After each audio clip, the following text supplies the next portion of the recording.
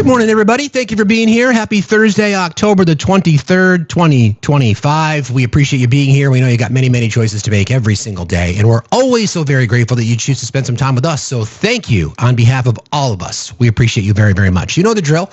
Tapping is clapping. Liking is loving. Sharing is caring. If you've not yet joined our team, please consider doing so. So gifting goal today, we are crowdfunded. If you'd like to support the channel, best way to do that is through the various appetizers at Factsstillmatter, Cash App, PayPal, Venmo, all the same. If you haven't visited the merch store in a while, please check it out. It's at Facts HQ or at factsstillmatter.site. You can find all cool merch, including the latest pancakes for the people. Who doesn't need pancakes? Seriously, I would live on them if I could. Little camping tip, pre-make your batter, bring it with you. You're good to go. So thank you all for being here. As a reminder, if you haven't yet joined our Discord community is growing like crazy. Please head on over there. Just please follow the verification steps. It's pretty simple. Also, if you've yet to subscribe to our YouTube channel, we're streaming on YouTube. Good morning. Good to see you all over there. Please consider doing that. Getting closer and closer to this test drive. A couple of things that I did not get when I got the equipment that needed to make that possible, but we're still waiting on that. Anyway, thank you all very, very much for being here. We appreciate you. Just a few things before we kind of get into our topic today, because the comb over cover up continues. We're going to hear some sound from Zohran Mamdani because they had the final New York City mayoral debate last night, and it was absolutely fucking savage. Absolutely savage. And it's the way that we want our elected officials to respond to the obvious. Andrew Cuomo is a piece of shit. He always has been. And it was great to hear Mamdani call him out. And we'll get into that sound in just a minute. We're going to talk about there's Wall Street Journal reporting about some changes to the Defense Department or some new rules in the Defense Department. We're going to talk about some sanctions that have been levied against Russia because of the failure of the Trump administration to end that war. We'll talk about Tommy Hawk missiles. We're going to also talk about, there's new reporting from the New York Times, which I think is really exposing the MAGA Republican government shutdown and how it's going to be gutting American healthcare, because you're starting to see state healthcare websites opening up for more detailed explanations of what your benefits going to be are going to be. And I way underestimated. I'm going to lose about $1,800 in subsidies. And that's just me. And our state is on the more expensive side, but we're going to go through the exercise of what states are going to be impacted, and we'll provide some resources as to where you can start to do your own analysis as to what that looks like. But first, I want to address something. Thank you, Anachronista, for sharing this in the chat. I just saw this, and it's great. So, we get every single day, we get the fragile MAGA men that are in here every single day that get triggered by this, right? It's amazing to me how fragile they are. So I'm going to play some sound from this person. I can't credit this creator yet because I'm not exactly sure who they are, but it's just amazing to me when you hear her explain it, how first of all, the history behind it and her breakdown of how fragile men are is just wonderful. So I'm going to play the sound and then we'll talk about it. Hang on one second. It's a dad talking to his young son. Okay.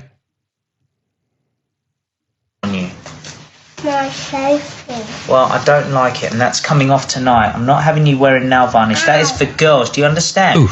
When you walk down the street, people are going to go, look at that girl. Mm.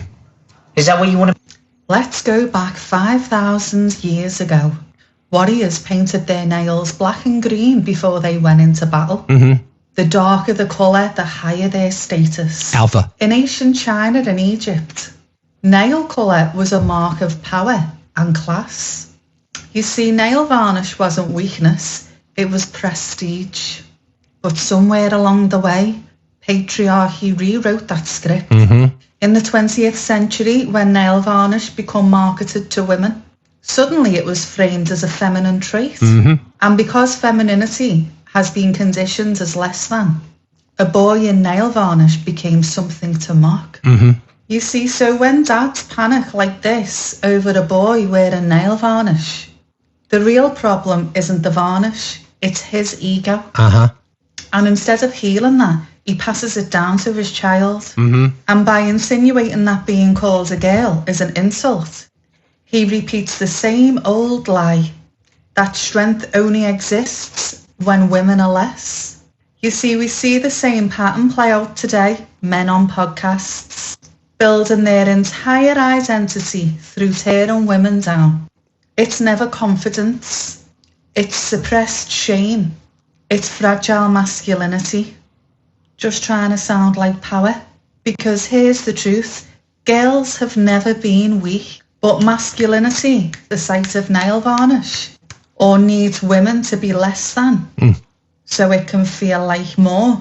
That is weakness. Mm-hmm. It's like building a tower while digging a hole next to it. The tower only looks tall because something else was pushed down. And that's not strength, that's ego. So if you're a man that still sees anything feminine as weakness, my advice to you is to stop fighting the nail varnish and start fighting the war inside. You see, because the strongest thing a man will ever do is face all the feelings he's been told to bury. Because that sadness, the tenderness, the softness, it leaks out in anger, control, and fear. You see, boys aren't born fragile, so don't pass it on to the next generation. They deserve better. Fucking love that shit. Love it. Love it. Calling it out. It's just symbolic of many of the weakness. And I just love what she said, that women aren't weak. Masculinity, especially the way in which it expresses itself with the weakness that we see around these particular spaces in general. I'll have our mods. Thank you, Anachronisa, for sharing that. We'll put that in the general chat so you guys can have that. Fucking crazy. The history of nail varnish, I like the way they describe it, goes back to the warrior culture, right? You were, I was curious. I kind of looked into it a little bit. Babylon and Mesopotamia, warriors colored their nails with coal and crushed minerals before battle. Black and green were symbols of strength and status. Archaeological evidence suggests soldiers saw polished nails as part of their armor and their identity. Both men and women in ancient Egypt, including pharaohs like Ramses II, dyed their nails using henna. Nail color indicated social rank, red for royalty, pale tones for the lower classes. In China, from the Zhou to the Ming dynasties, nail coloration with crushed petals, beeswax, and gum, Arabic, denoted dynastic power. Gold and silver were reserved for nobles, including male rulers. Middle Ages to the 18th century, nail decoration waned in Europe under Christianity's growing influence. Shocker, which viewed cosmetics as vanity. However, men in royal courts, especially in France and England in the 17th and 18th centuries, often manicured and perfumed their hands, a symbol of refinement and class. Polished nails weren't painted, but buffed to shine using powders and cloths. 20th century, modern cosmetic era. 1930s, with the invention of liquid nail polish, brands like Revlon and others, grooming became gendered. Polish marketed almost exclusively to women. 1960s and 70s, male musicians began reclaiming nail polish as rebellion. David Bowie, Iggy Pop, Lou Reed, Aerosmith later, hair bands in the 80s, punk rock scene wore it as gender defiance and countercultural style. 80s and 90s, rock and goth subcultures like Prince, Steven Tyler, Kurt Cobain, Marilyn Manson made black nails a symbol of artistic expression and anti-conformity. 21st century, gender-neutral revival. The 2000s saw more mainstream male celebrities embrace nail polish. Johnny Depp, Zac Efron, Bad Bunny, ASAP Rocky, Harry Styles. Major brands responded. Chanel's Boy de Chanel in 2018 launched a specific cosmetic for men line. That they had to do that is just crazy, but that's a different conversation. Machine Gun Kelly's LAQR and Harry Styles Pleasing released gender-inclusive nail lines. Social media normalized men's nail art, making it a statement of self-expression, not rebellion. Today, once tied to class and conquest, then rebellion in art, nail polish for men now represents freedom of expression, gender fluidity, personal style, and confidence. So, and the fact that people who are Gen X just don't give a fuck. I just think it's so interesting that how many just get so triggered by something that literally, black and green, that's a good call, that literally was a symbol of the warrior creed. You know, Pete Kegsbreath always talks about the warrior ethos. Well then, Pete, when can we expect you to paint your nails, big guy? So I just think that was brilliant. Again, thank you, Anachronista, for sharing that. So people just need to fucking get over it.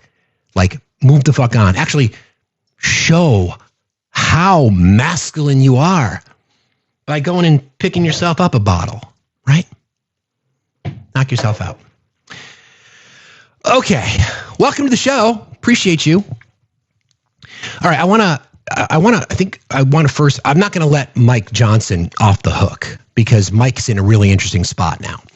Now, we've been talking a lot about the CR, the continuing resolution. And I just want, for clarity purposes, I just want to remind people when they talk about a CR, what they're talking about is just continuing to fund the government at previous levels.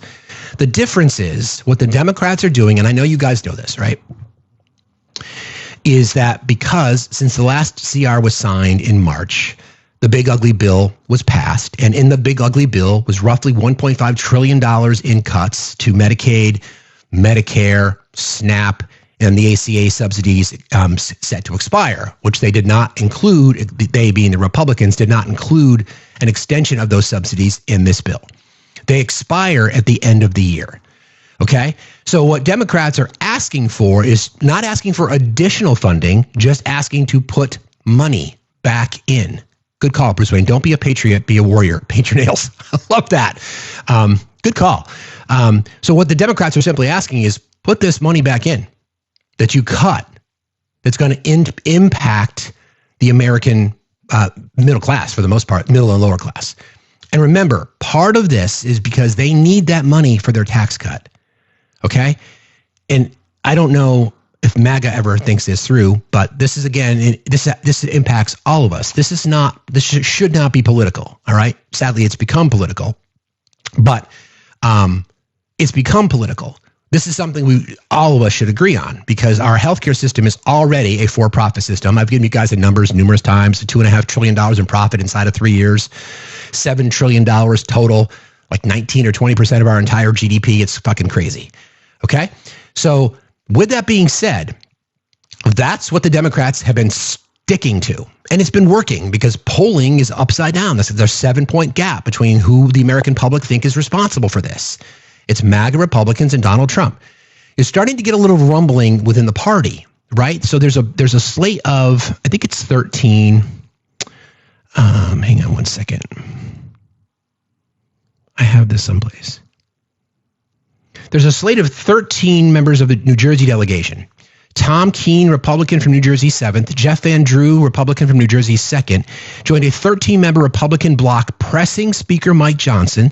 They want to have him open the government so that they can negotiate on extending the ACA. Mike Johnson says, I'm not opening the government until the Democrats are willing to negotiate. So Republicans in the House are saying, dude, we got to figure this out. This is going to impact our voters. I just need you to know that, Mike. This is going to impact our voters. So not only is there pressure from the Senate, because Democrats in the Senate are not going to budge. I feel like they're not going to budge. At this point, they can't. At this point, they can't. So if the CR doesn't get signed, it's literally on their lap. There's a wrinkle, though. Okay, this continuing resolution expires on November 21st. So what does that mean? So that means if it doesn't get signed by then, they have to negotiate another one. They have no choice because this CR funds the government through the 21st of November. So the ball is in Mike Johnson's lap. There is pressure mounting all around him. So what they want, this is what this group of 13 people that are Republicans who represent New Jersey, they want to pass a short-term CR to reopen the government now, okay? And don't use the shutdown to fight over the ACA. Debate the ACA credits after reopening, okay?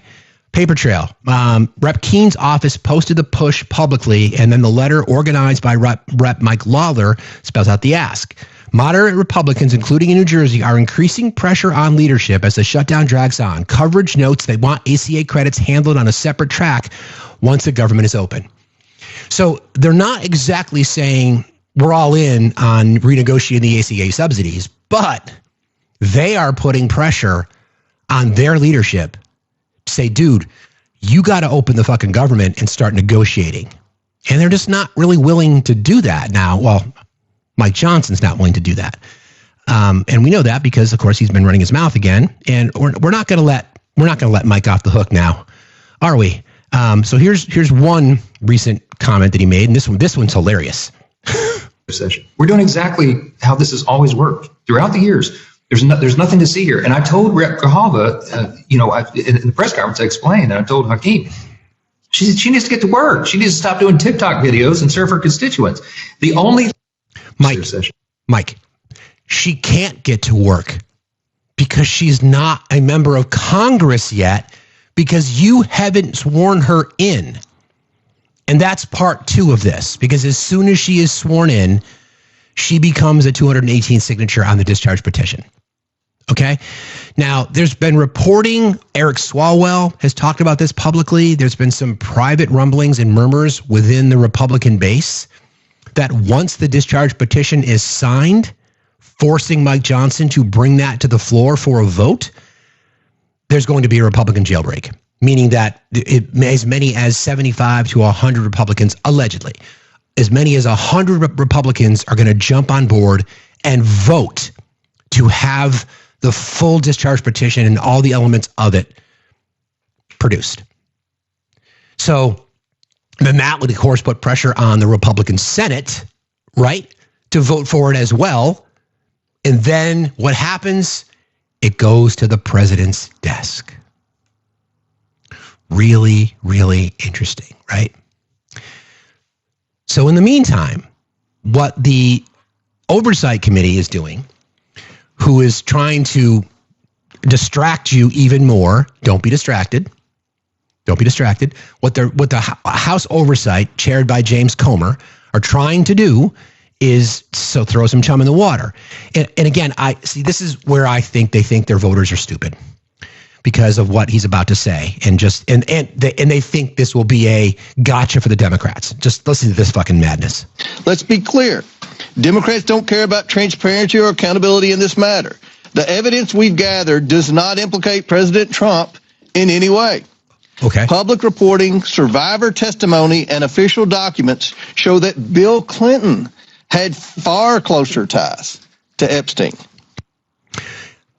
James, we don't give a fuck who's on the fucking list. Friends, 725 people in here. Put a 1 in the chat if you don't give a fuck. 1 in the chat if you don't give a fuck who's on the fucking list. See? We don't fucking care. Is that supposed to be a gotcha moment, James? We don't give a fuck. Plus, it's interesting that you say that. So listen to the sound again. Let's be clear. Democrats don't care about transparency or accountability in this matter. The evidence we've gathered does not implicate President Trump in any way. Public reporting, survivor testimony, and official documents show that Bill Clinton had far closer ties to Epstein. So just think about that for a second. Just think about that. We've got all these public images of Trump and Epstein together. All of them. We know about their relationship, how far back it goes. We know that Trump referred to him as a great guy. We know that Epstein referred to Trump as his best friend at one point.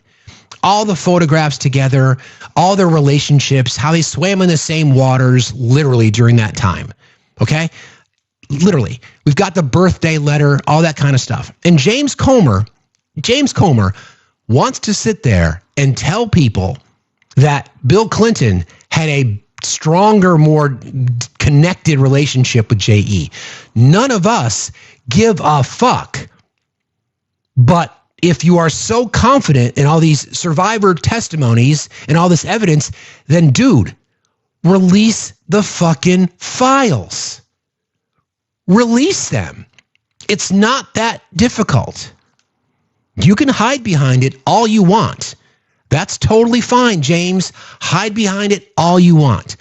We don't give a fuck. We don't give a fuck. If what you're saying is true, James, and there's nothing in the files that implicates Donald Trump, then why can't you just release them all to the public?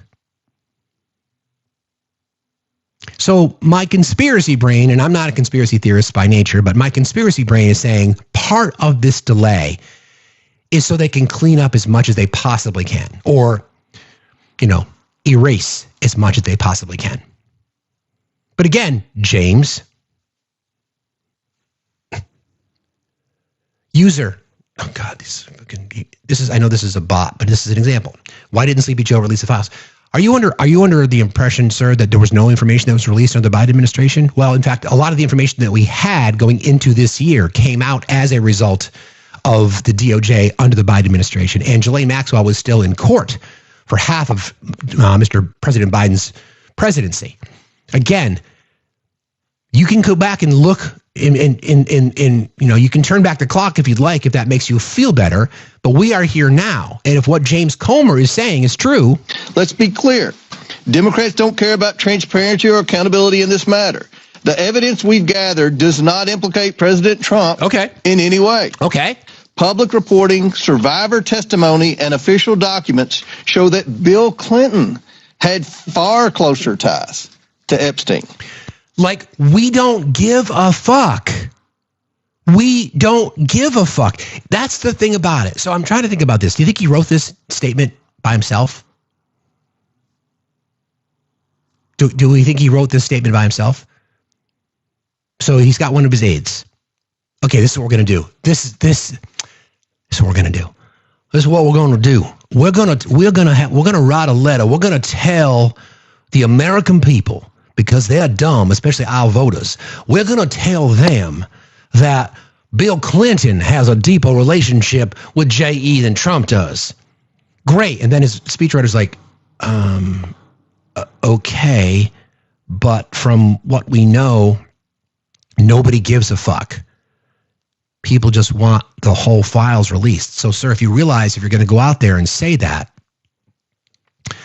if you're going to go out there and say that, then you're going to have to be prepared for people saying, okay, if that's true and President Trump's not implicated, then just release the whole fucking thing.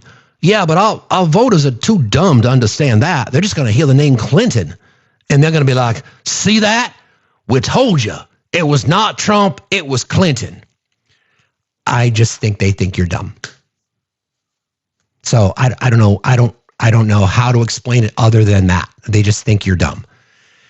So we're going to obviously continue to keep an eye on this. It's just fascinating. But again, the wrinkle that MAGA Mike is now facing, because I've not heard anything yet about whether or not the House is going to remain closed next week. This is supposed to be an in-district week off. They've worked 19 days since July 19th. I think that's the count, like 19 days. So the House is going to come back into session.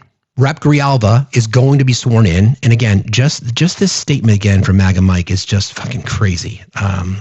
This is wild to me that he says this and expects people to believe it. Session. We're doing exactly how this has always worked throughout the years. There's nothing to see here. And I told Rep. Grijalva, in the press conference, I explained, and I told Hakeem, she needs to get to work. She can't fucking work, you dumbass. She's not officially a member of Congress yet because you haven't sworn her fucking in. She doesn't even have the password to her congressional email account. She can't pay her staffers. Her door was locked up until she did a TikTok video saying, hey, can I get into my office? My name's on the fucking door. It's like, come on, man.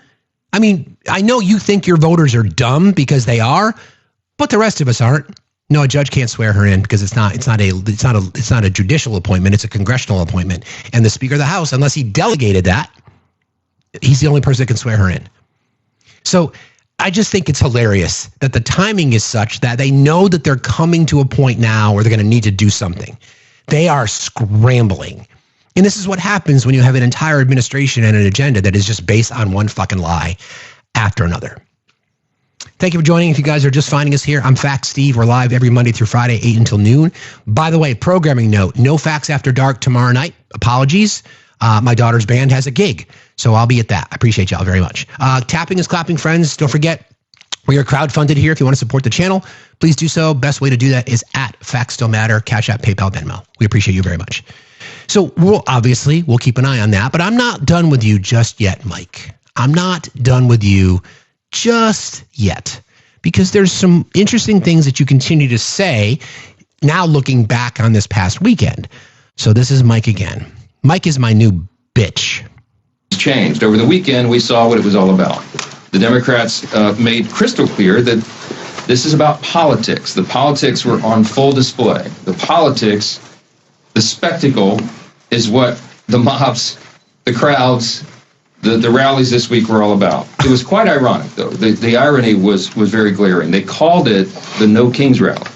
But the great irony, of course, that we pointed out over and over was if President Trump was a king, the government would be open.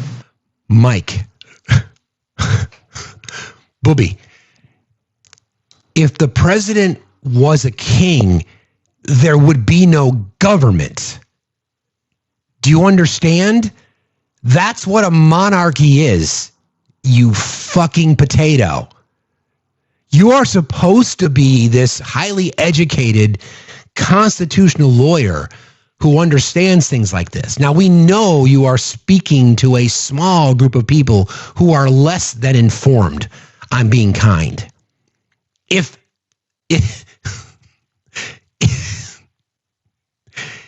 the president were a king, there would be no government. So I'm going to start this again and let it play because there's more here. Oh yeah, and the mob. I know the dangerous mob, like this group of people, like the dangerous mob. I mean, oh damn, holy shit! I am shaking in my boots. Oh god damn it! Oh my god! Holy shit! They are horrible people. Horrible. I mean, oh my goodness. The dangerous mob. Oh no. By the way, t-shirts and sweatshirts with that on it available in the merch store. Can you imagine? I mean, the fear. I'm trembling. I'm trembling from the inflatables. Mike, listen. I understand that you're afraid of inflatables, but I say let your freak flag fly. So we'll see. But Mike's got some splaining to do. Where is that? Right there. I just think it's hilarious, right? I know. Oh, the humanity. I just think it's hilarious that he's actually going to say that. But here's the sound again. It's changed. Over the weekend, we saw what it was all about. The Democrats made crystal clear that this is about politics. The politics were on full display. The politics, the spectacle, is what the mobs, the crowds, the rallies this week were all about. It was quite ironic, though. The irony was very glaring. They called it the No Kings rally. But the great irony, of course, that we pointed out over and over was if President Trump was a king, the government would be open. If President Trump was a king, he would have closed the national parks and the National Mall. So they couldn't have had the rally out here. By the way, that's what President Obama did during the shutdown in 2013. Closed all the parks. Oh, and by the way, in the last shutdown in 2018, as it stands right now, the longest government shutdown was under the Trump administration the first time. He also closed the national parks and the museum and public spaces. So again, parks in the National Mall. Here in Washington, you had Senators Bernie Sanders and Chris Murphy and Cory Booker and others marching in the streets. Yeah. Now, these are the same senators who voted over and over to shut down the legislative branch and hand the reins to President Trump. They're decrying the situation that they themselves created. This has always been about the spectacle. Chuck Schumer himself joined the spectacle in New York City. And it's interesting to note his activities there. He was standing side by side some of the most radical groups that maybe ever assembled on U.S. soil. Oh, yeah. They openly advertised as co-sponsors of the event in New York City. The Communist Party USA, the Democrat Socialist of America. Yeah, so? The Freedom Socialist Party. Yeah, so? The Young Communist League of New York. Many others. Do we need any further evidence? So your point is, Mike, aren't you a constitutional lawyer? Don't you stand behind and in defense of and in defense of free speech? I thought that was the case, but maybe not. Maybe not. But anywho, that's just you, Mike. But we're not done with you just yet, Mike. We're not done with you just yet, because there's a few more just, I think I want to call them Mikeisms. I'm not sure how to describe them. The 2020 election. Not that one. We'll get to that in just a minute. The Mikeisms are on full display. So, Mike, just as a civics lesson for all of you, you know that the Speaker of the House is second in line to the presidency after the vice president. That's our system. That's how our Constitution, the chain of command, so to speak, the line of succession goes. By the way, I had a movie idea of a script. I probably shouldn't share it in case somebody can steal it. But it was called A Break in the Line, where one person that was further down the line created this plot to take out everybody else ahead of them in line so that they become president. Anyway, Secretary of Agriculture, by the way. So, Sam, you're in line to be the president, in case you didn't know that. So, Mike Johnson, you would like to think that he would be in the know, considering he is the Speaker of the House and number 2 in line to the presidency. But I don't get that sense that he knows a lot about what's going on. How are you with the president apparently seeking $230 million from the Department of Justice? I don't know the details about that.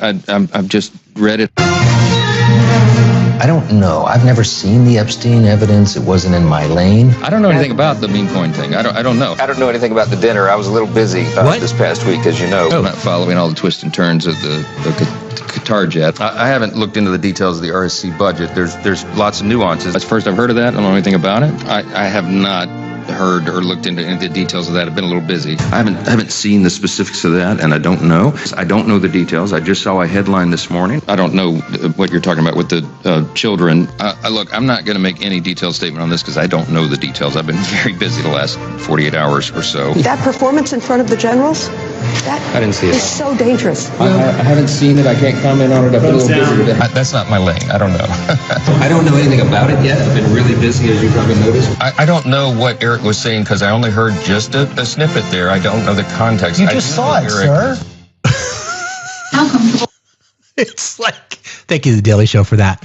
I saw somebody make a comment. They talk about Kiefer Sutherland. No, my movie would be different because Kiefer Sutherland just happened to be the next person in line. I'm saying that there's an actually coordinated plot by like the 14th person in line. Anyway, non sequitur. Don't even get me started because I'll get focused on that. Squirrel. But again, the Speaker of the House trying to just deny everything. He seems to know a lot about a lot, but then when pressed, he knows nothing about it. I've always, kind of like a horror movie edition, yes. I've always had this belief that there are some people who work on these staffs who are trolling their bosses. Because, prepared statements, as somebody who does that for work, like I write speeches for people and I give them communications talking points and I advise them how to speak in front of the media. It's what I do professionally. And the people that are in who do the work that I do hold a tremendous amount of power. Your clients have to fucking trust you. So if you put words in front of them, very, very rarely do they change the entire thing. Sure, they might edit here and there. They might add context. But in general, like James Comer going out with prepared remarks saying, oh, Bill Clinton's got a deeper relationship with Epstein. Like, okay, we know that that's not true. We can talk about the Clinton Foundation and their relationships with Epstein and all that kind of stuff, sure. But to make a public statement like that, somebody could be fucking with them. Somebody behind the scenes could totally be fucking with them. And I'm here for it because I love the petty. But Mike's got some explaining to do. Keep this in mind, you guys, and I want to say this again. The continuing resolution that we're talking about now, the reason the MAGA Republican government shutdown is happening, that expires on the 21st of November. That's it. So if it doesn't get malicious compliance, exactly. If this doesn't get resolved, at this point, it's going to take 6 more Democrats in the Senate, 6 or 7, I think it's 7 actually, because Rand Paul has voted against it, by the way. If this doesn't get resolved by the 21st, they're going to have to start from scratch, okay? They're going to have to start from scratch. I will remind you again that the MAGA Republican government shutdown is entirely on the plate of Republicans and John Thune and the conservative Republicans that are in the Senate. I know that MAGA doesn't believe that because they've been told about this thing called the filibuster. And yes, the filibuster does exist. I've mentioned this to you guys before, and I don't know if I've done enough of a, let's see if I can find it real quick. If I've done enough of an explanation as to what the nuclear option is. I think I've explained it to you, but let me just explain it again. They call it the nuclear option because it is literally the last resort, right?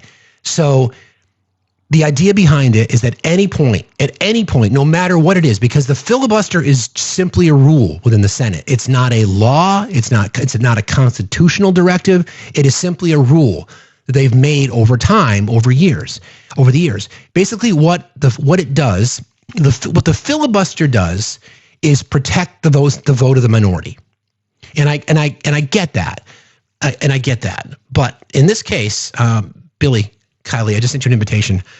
I want you to come up and talk to me about it because maybe you're willing to learn something, Billy. I'd like to see if you're willing to learn something because you're just wrong, and I'm explaining it to you right now. If you listen. Because the nuclear option exists, if the Republicans in the Senate felt so strongly about their $1.5 trillion cuts to Medicaid, Medicare, SNAP benefits, WIC, not willing to extend the ACA subsidies, if they felt so strongly about those things, they could use the nuclear option. So how it works, a senator raises a point of order. For example, debate on this nomination requires only a simple majority. The presiding officer rules based on the existing Senate precedent, which again, they would rule against them because of the filibuster. The majority leader appeals the ruling. A simple majority vote then happens. And if they get a majority, 50+1, then it passes. And then the nuclear option becomes invoked. The reason they call it the nuclear option is because it literally is the last resort. Because what it does that is it creates precedent. So this CR currently has to pass via this filibuster. So when Democrats retake the Senate, similar process comes up. They won't need anything more than a simple majority vote. So from a politics perspective, I can understand why the Republicans would want to do it. But like I said, if they felt so strongly about their policies and how destructive they are to the middle class, let's keep in mind what was in the big ugly bill. $1.5 trillion cut from Medicaid and Medicare programs. WIC, SNAP, not willing to extend the ACA subsidies. And they are getting hammered in the polls. I will say this again to you. 56% of all recipients on the ACA are represented by Republicans in Congress. 78% of all recipients on the ACA live in states that Donald Trump won in 2024. This is what's on their plate. This is why they're inconsistent in their messaging. And let's keep in mind, right? When this whole thing started, their argument was the Democrats want to give $1.5 trillion to illegals. Their term. Have you heard them talk about that at all in the last couple of weeks? And I'll play you sound every single day as it comes out.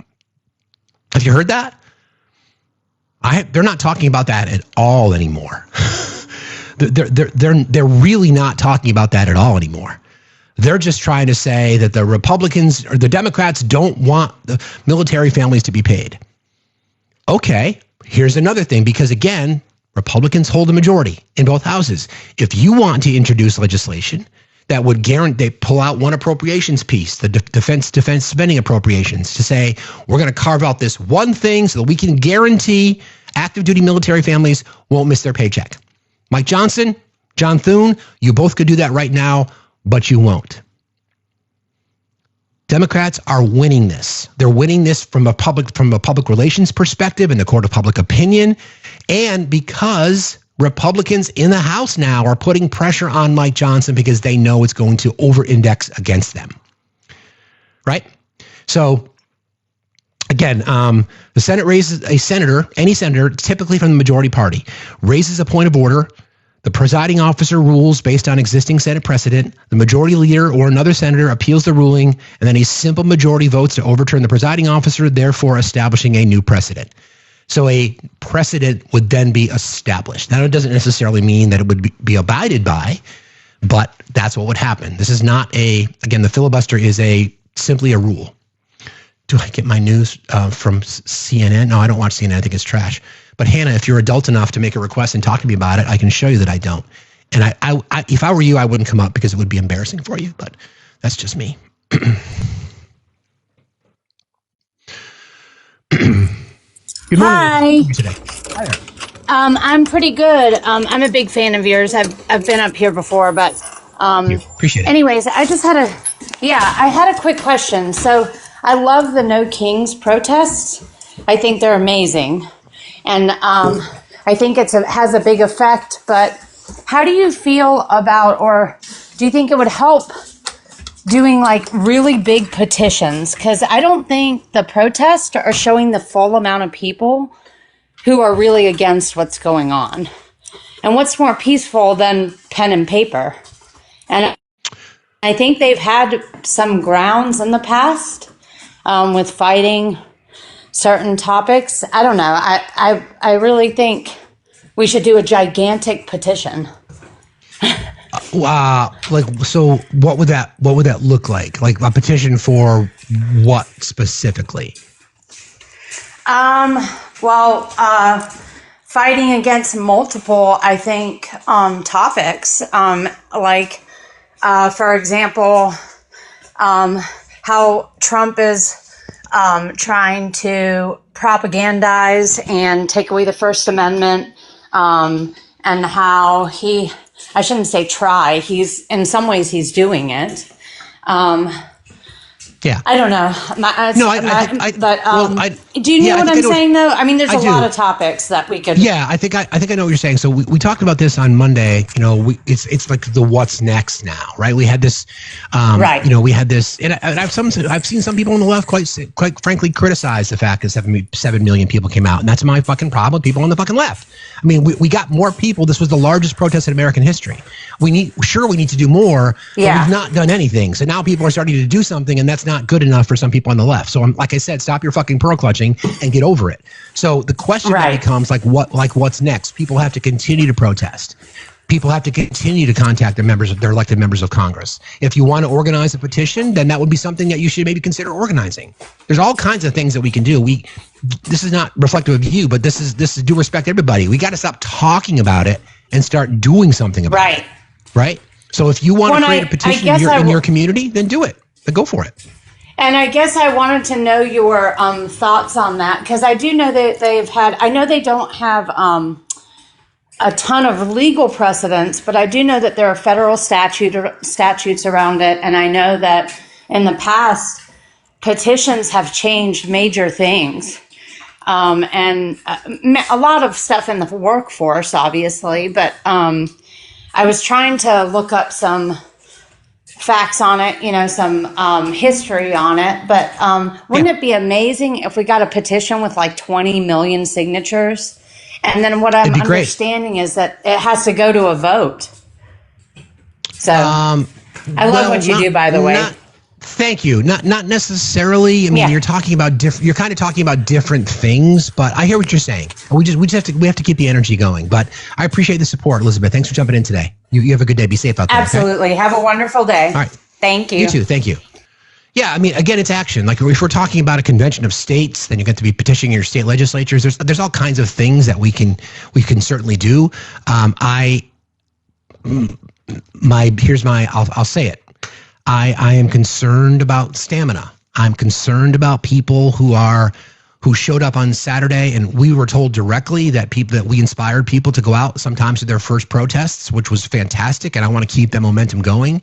But we have to make sure that we're staying engaged, right? We've got to make sure that we're staying engaged, whatever that might be. So if you're now connected to Mobilize or to Indivisible or to whatever these groups are, right? We just have to make sure that we're still engaging. I'm still working on trying to get out on the road. I've got some great people in our little community that are helping me kind of put the pieces together there. That's just one person's approach, though. I've made a commitment. This is kind of, I do this every day because I love it and I think it's necessary. But we can all do little things, right? And if coordinating a petition to say, I want my rep out of office or whatever that might be, then I would encourage more people to do more things. So Elizabeth, I appreciate your sentiment, but we've got to stop talking about things and start doing things. That's my hope. Everybody keep tapping and sharing, please. Don't forget we're crowdfunded. Want to support the channel? Best way to do that is at Factsstillmatter, at Cash App, PayPal, and Venmo. Hello, Nana. How are you today? Nana, are you there? Nana? Nana K? I guess not. Okay.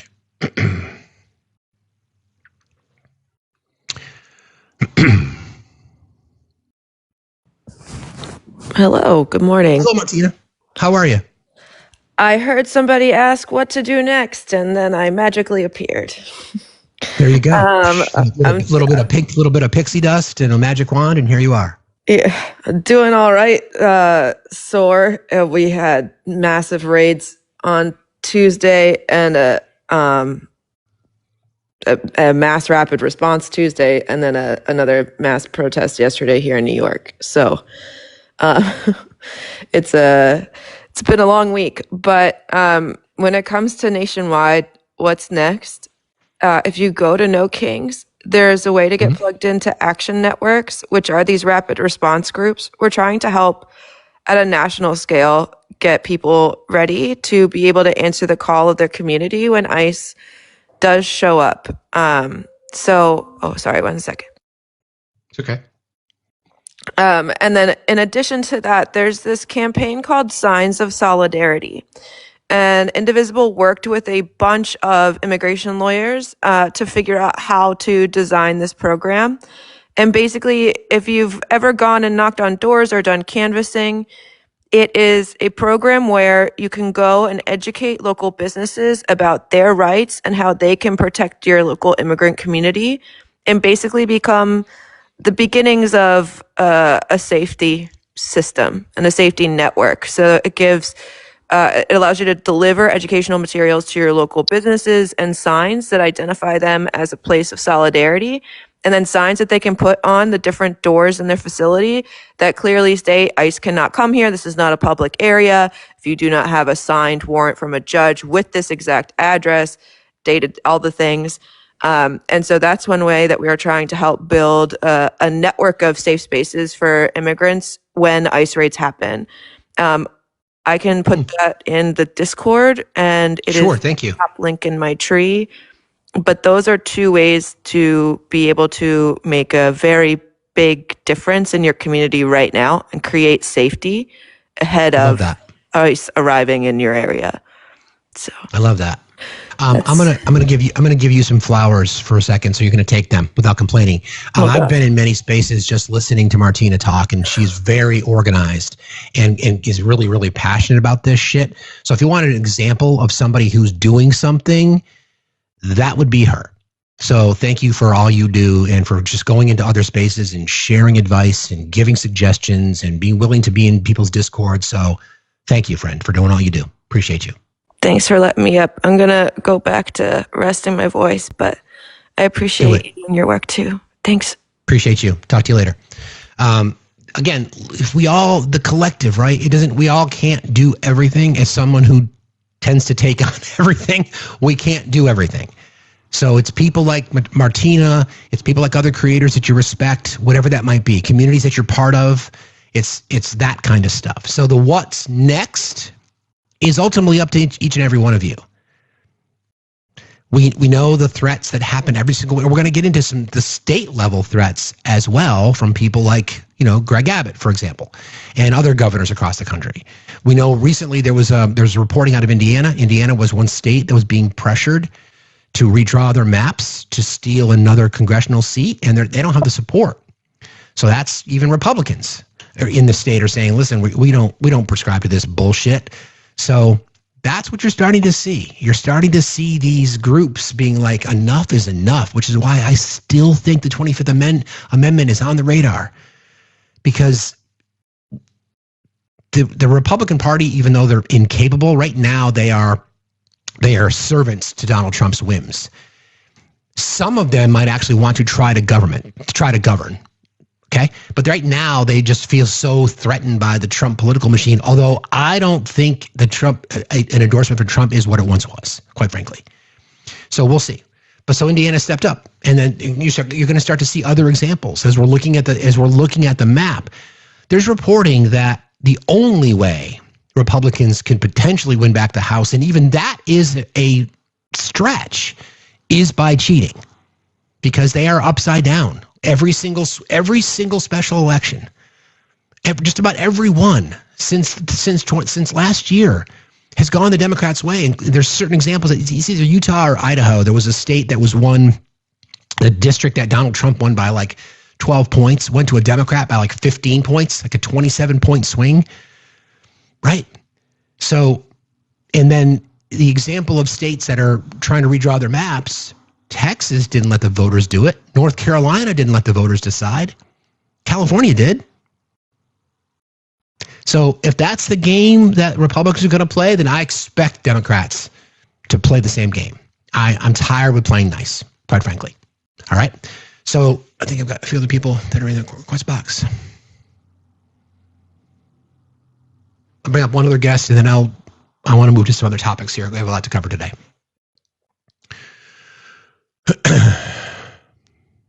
Martina, if you're still in here, say hi in the chat because somebody wanted to connect with you. Megan, are you there? I guess not. I think I see Olive. Hello. Hi, how are you? I'm well. I should say, talking to you, I'm better now. So I'm glad you're here. I'm glad I'm here this morning, and I just had a whole conversation with Manny. I said our show's on this morning as he was getting ready for work in the shower. So I don't know if you talked about this. Head Start's being cut in a lot of red states. States like Florida, Tennessee, and Texas are actively being cut as we speak. And on top of that, our special needs department is completely obliterated. So people are talking about what we can do next. In the activism area on your Discord and a few others, I have an email prompt that not only talks about red states cutting Head Start and special needs assistant programs, also what the Burb, aka Crow, has gone around and talked about with cutting food stamps, stuff like that. So if you want to be involved, emailing is the best way to do it. And I've done live phone calls to local reps, especially up here in Tennessee. If you want to see how that's like, you can randomly pop in and see it's not that bad. Even if you can't go outside, you can still call your local reps and tell them, hey, this shit ain't good. We talked about some of that a little bit yesterday about how the special needs wing of the Department of Education's budget is temporarily being transferred over to HHS, the agency that is run by RFK Jr. The man who says circumcision causes autism, holding in flatulence. Correct. Yes. Yes. Yes, exactly. Yes. So there's that. But yeah, you're right. Head Start. We're gonna go into some of the numbers regarding SNAP benefits in just a little bit, and how states that are the brightest red are the ones that are being impacted the most by the cuts of these programs. Right. So yeah. Well, also, we came up with a term for you to use when we're talking about Mike Johnson, since you want to make him your bitch. Johnsonism. He is my bitch. Johnsonism. Yeah, I said that yesterday, actually. Johnsonisms, exactly. Okay. But I'm just going to call when I say my bitch, people will know exactly what I'm talking about. But okay. I love you, friend. I appreciate you very much. I love you. And people keep tapping the screen. There's 1,600 people in here. I know we can do better than that. And put up the shares, please. All right. I'll see you around. Okay, bye. Appreciate you. Bye. Yeah, Johnsonisms, because Mike Johnson is my bitch. I'm going to affectionately refer to him as my bitch. I haven't done our daily yet. President Trump, Vice President Vance, JD Vance, Pete Kegsbreath, my little bitch, Kash Patel, Pam Bondi, Caroline Levitt. Hi, Steve. Facts go live every Monday through Friday, 8 till noon Eastern time. You can also see us on YouTube. Fuck you. Thank you. Have a good day. So anyway, I want to shift gears a little bit because of some of the things that Olive was just talking about. And I don't want people to forget, we talk about the federal government programs a lot, but also the same kind of repulsive and despicable behavior is happening at state levels too. So I want I want to play some sound from Greg Abbott, because this is wild. And I was like, all right, what is he fucking talking about? And I wasn't so sure, because sometimes it's hard to make sense exactly what it is that Greg Abbott's talking about. So I'm going to play this sound for you, and then we're going to fact check. We're going to fact check Greg, as we're wont to do. Okay. Is part of a larger plan. If I got up here and then all I did today was read a list of every way in which Texas ranked number one, it would be a 30-minute speech. Yeah. I'm going to spare you the 30 minutes. Just know Texas is number one. However, I'm the first governor in the history of Texas to say the time has come for Texas to rank number one in educating our kids. Okay. So I don't know exactly what you're referring to when you say Texas is number one. So I did some checking, and I was just really curious as to what Texas ranks number one in. Do you want to know one of the things that Texas ranks number one in, friends? Like, number one, Texas ranks number one in food insecurity. Texas poverty rate is below the national average. Is above the national average. They rank 10th worst. Texas is significantly worse for poverty in general. They've seen a large rise in maternal mortality, for example. Now, in the last 4 years, their mortality rate jumped from 17.1 per 100,000 live births to 27.7. Interesting. Texas was third from last in healthcare quality prevention metrics for women. Any women who live in Texas know exactly what I'm talking about. Texas ranked 50th out of 50. Texas ranks, again, 50th when it comes to access to high-quality prenatal and or maternal care. Texas ranks 26th among the 50 states in education, 29th in pre-K through 12. Texas ranks 32nd in ranking of public school systems, and they are in the middle of the pack or below average when it relates to other states. Texas firearm mortality rate, interesting. Texas is among the states with the highest absolute counts of incidences. For example, one table shows Texas had 165 incidences. Interesting. Texas has a higher than average rate of gun deaths and is considered one of the worst states in terms of gun violence indicators. So I don't know what you think number one looks like, Texas. So from a government perspective in Texas, Texas ranks number one at sucking. Texas ranks number one in things that you don't want to rank number one in. You rank below average in education. You are the number one state in food insecurity. Number one. Bottom three in access to health care for women. Fucking shocker. So, Texas forever? I don't think so. I don't think so. So I want to use that now to kind of talk about food insecurity a little bit, because we've got a lot to cover. There's a lot of things that I want to go through today, but I want to talk about food insecurity because the fact that we even have to have these conversations is just embarrassing, quite frankly. I'm not going to say embarrassing. It's despicable, right? When we've got 13.5 of U.S. households, 13.5 U.S. households are what's considered food insecure. So I was curious about what the definition was. So I just want to make sure I can give it to you factually to know exactly what it is. Hang on one second. Let me just get to that.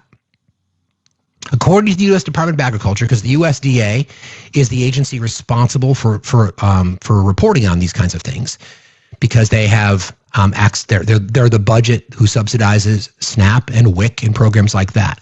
So by definition, according to the USDA, a household level economic and social condition of limited or uncertain access to adequate food. This was reported by the U.S. Department of Agriculture from 2023. 13.5% of our country live under what's referred to as food insecurity conditions.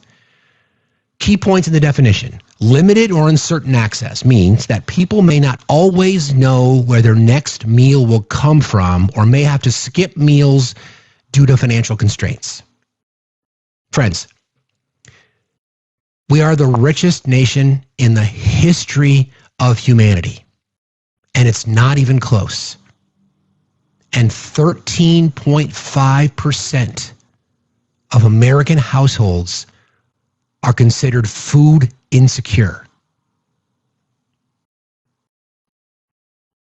I just want people to think about that for a second, okay? Think about that for a second. And I know there's MAGA in here. The big ugly bill made a horrible situation even worse by cutting programs. The reason that people will not be fed in November is because of their MAGA Republican government shutdown. Again, under operating conditions now, we'll say round it up, 14% of American households, 14% of American households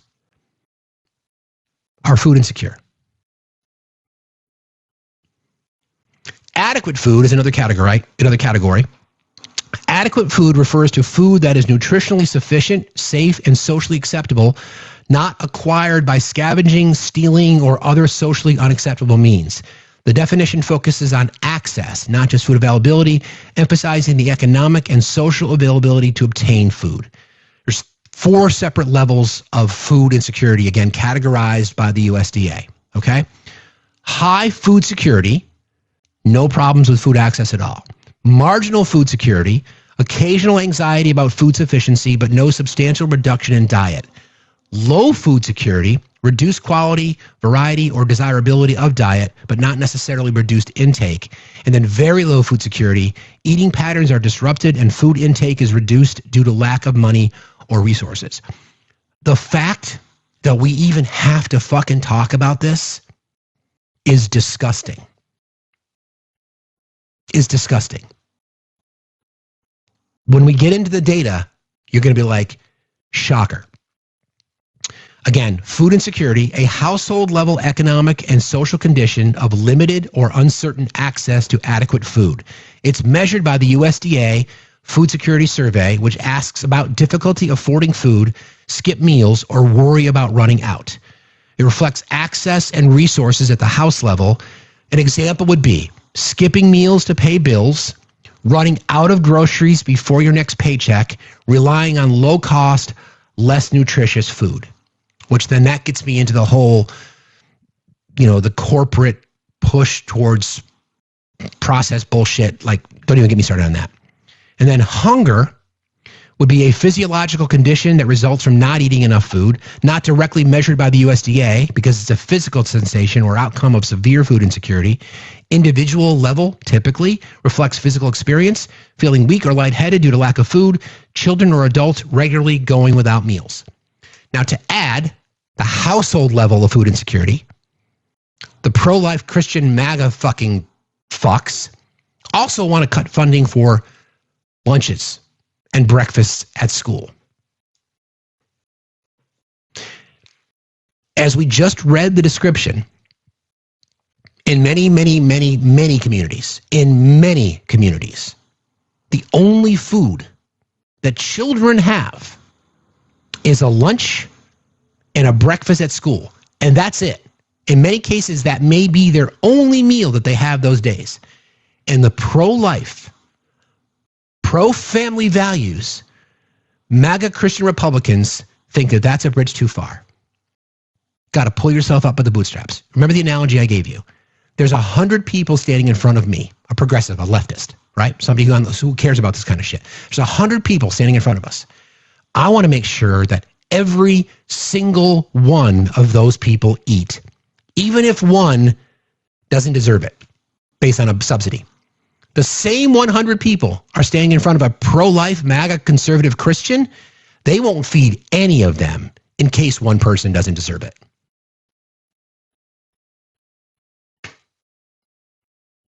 This is where we are as a country, that we're fighting over people's ability to eat. And you know what? Like we say every single day, I'm fighting for the communities in bright red districts to make sure that those kids can eat. Every single day. It's part of what we do. That's part of why we call this out every single day. I'm fighting for that. People on the left care more about your children, MAGA. People on the left care more about conservative, Republican, MAGA Christians who vote against subsidies, who vote against school lunch programs. We care more about your kids than you do. We care more about your children eating than you do. It's not, why are we even debating this? What? Why are we even debating this? The government is shut down in large part because of that. And because Mike Johnson, my little bitch, Mike Johnson, the pro-life Seven Mountains dominionist, man of God, doesn't think we should be feeding kids.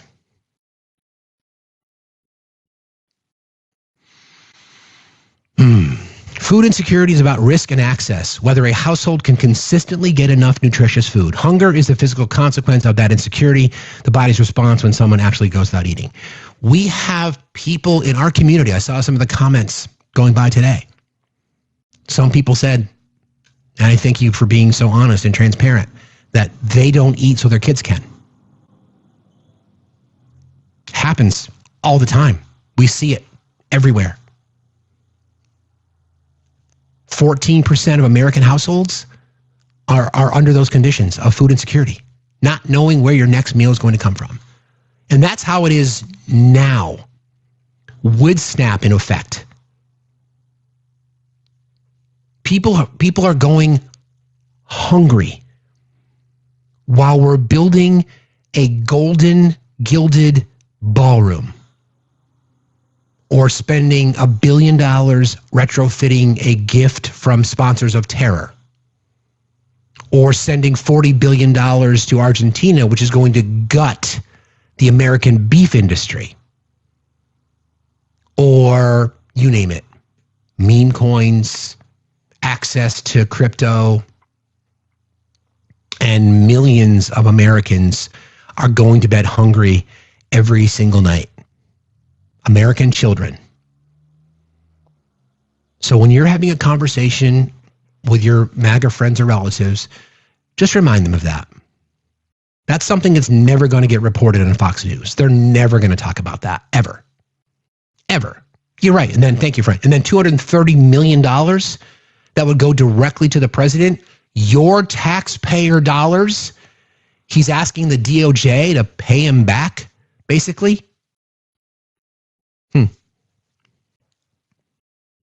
Okay. Here, you want a list? I'll give you a list. The top 5 states who are the worst when it comes to food insecurity. The top 5. You ready? Arkansas, West Virginia, Kentucky, Mississippi, and Alabama. What do those states have in common?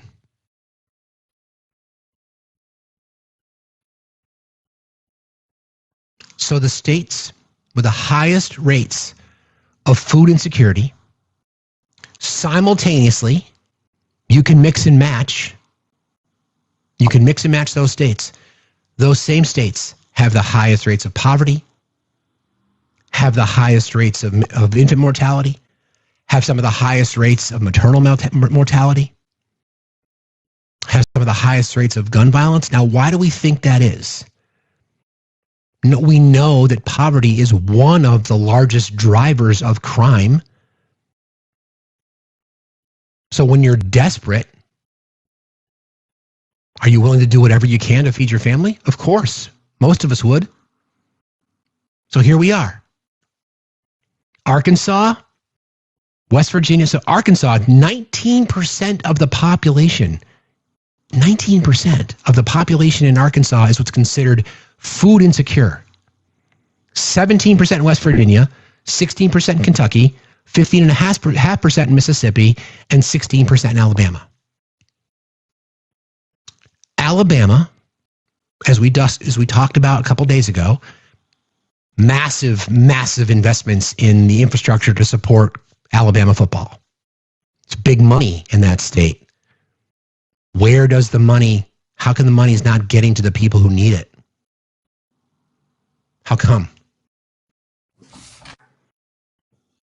Good morning, brother. Morning.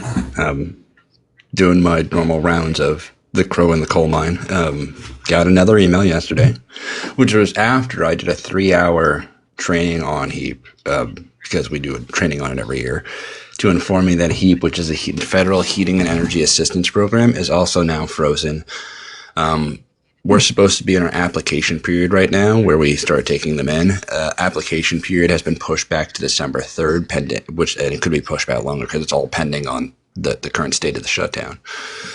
For those who are not aware of HEAP, your state will likely call it something different because each state brands it with its own thing, but it's a federal program. It's the Heating and Energy Assistance Program.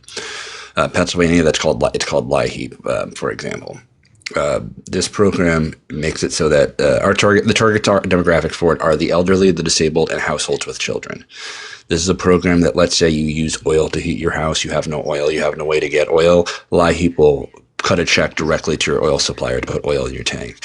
Same thing with like if you're behind on the power bill, because the goal is to make sure that people have heating in the winter and cooling in the summer, and also if like they're an all electric house and they need that power to cook food. That's what HEAP covers. That would be the energy part of heating and energy assistance. So now we have SNAP frozen, we have HEAP frozen, and I might have bad news in another week or two because I hear whispers from my counterparts at HUD that November vouchers are covered, but there's no funds for December vouchers for like people that are on Section 8 vouchers. But like I'll confirm that when I get the confirmation on that. Okay. Thanks for keeping us updated, friend. I appreciate you. How are we doing on your laptop, on your computer? Let me pull it up right now. Friends, we're trying to help our friend Crow out because Crow does the rounds, and there's a link in the link tree that's in my bio. I know we're trying to raise a couple bucks to help our friend get a new 508. All right. While I also have the microphone, because you have 1.6 people in here, and you might have the demographic I'm looking to connect with right now. I'm also building a Discord server that I'm calling The Lighthouse. What I'm looking for right now as I build it out are people that do my job or similar jobs throughout the country. Your social workers, your social programs, caseworkers, educators, people that work at the VA. If you work in a public-facing social programs job, please find me on Discord. The name is the Proletariat. I'm in Steve's server because I'm building this space I'm calling the Lighthouse. What the Lighthouse will be is a place where those of us that work in these social programs have a behind-the-scenes space to share notes, share policy, vent, because a lot of us don't vent publicly because we don't want you all to get a bad idea of like civil servants, and then a public-facing section where people that need help can come straight to the server rather than us having to wander all over TikTok. People like Steve can send people to the Lighthouse so that we can help you figure out like why you didn't get SNAP, why you're having problems getting HUD, why you're having problems getting your VA benefit. I want to turn the Lighthouse into a resource for everybody because it's very like I can read Texas's policy, but maybe my friend Jen, who does my job in Texas, will be able to help somebody more directly because I can read it. That's not the same as working with it every day. So if you are in this community or you know somebody out here on the TikTok streets that does any kind of public-facing social programs work, please direct them towards me. I have like 5 or 6 people already joining right out the jump. It's me, Jen, Buzzy Little Bumblebee is going to jump in. Christina Delgado is going to jump in. Gina, MJ Veteran's going to jump in. Like a bunch of us are coming together to build this space that is going to be a resource for everybody when they need help so that we can help you navigate those programs because like SNAP policy is weird. Unemployment policy is weird. VA policy is weird. You, the person who doesn't work with it every day, may not know what you're eligible for, but we work with it every day, so we do. You'll put this in our Discord because people are just asking. Yep. Okay. You're a good man, sir. Keep us posted. Like I said, we're trying to raise some money to help Crow get a new computer. You'll find the link in the link tree in my bio. All the details are there. If you guys can do anything to help out, I appreciate you. I love you, buddy. Somebody already tossed in because we're already at 5:33. Thank you for whoever just threw in. I appreciate you, pal. Keep us posted. Talk to you soon. Yep, all right, bye. That's what we're talking about, doing something. I mean, this is what he does for work, and now he's trying to go above and beyond, trying to help people because this is the fucking reality that we are facing right now. I desperately try every single day to remind people that should not be political. This should not be political in any way. Okay. And I'm guilty of passing blame because we know that these programs are not being funded. This is before any of the government shutdown happened. This is the reality of what's happening in red states. People in those states are some of the poorest in our nation, some of the least educated in our nation, have the least access to quality health care, especially for women and children, have the highest rates of violent crime. That should not be political. The right has made it political because they've been able to convince voters in their states that no matter how bad things are,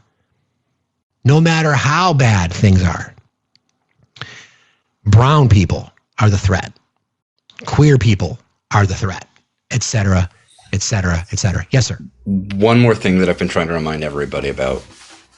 We're the president or Congress is currently playing politics when they don't need to. I need you all to go back in your memory box back to 2018, 2019. I worked in the job I'm working in back then. We were given specific instructions because during a shutdown, the president can authorize advance payment of benefits for all of these programs. So during the 2018-2019 shutdown, all food stamp offices nationally received an executive order that allowed us to pay the February benefit in January to make sure that was covered. So it is within the president's authority to feed people, and he's choosing not to. And we know it's in the president's authority because he did it in 2018-2019 shutdown. So when you hear them blaming the other parties, remember that the president can in fact feed people, and he's making an active choice not to because he did it before. Of course. I appreciate that reminder, Fred. Thanks a lot, buddy. Be safe. So good point. I mean, there's money moving in our government right now, money moving to buy Christine Noem a new plane, right? Renovations to the White House. Don't forget, these contracts have gone out to bid. They're connected to people that he wants to be connected to, right? So I'll say this again. We've gone through this list many, many, many, many, many times, right? The states that would benefit the most from expansion to benefits, right? More access to SNAP, more access to WIC programs, more access to federal subsidies, Medicaid, Medicare, access to the ACA, right? Those are states that voted for Donald Trump. I don't mean to be redundant. 56% of ACA recipients live in districts represented by Republicans in Congress. 78% of all ACA recipients live in states won by Donald Trump in 2024. More detail about food insecurity. Roughly 13.5% of U.S. households are considered food insecure. We'll go to the definition, basically not knowing where your next meal is going to come from.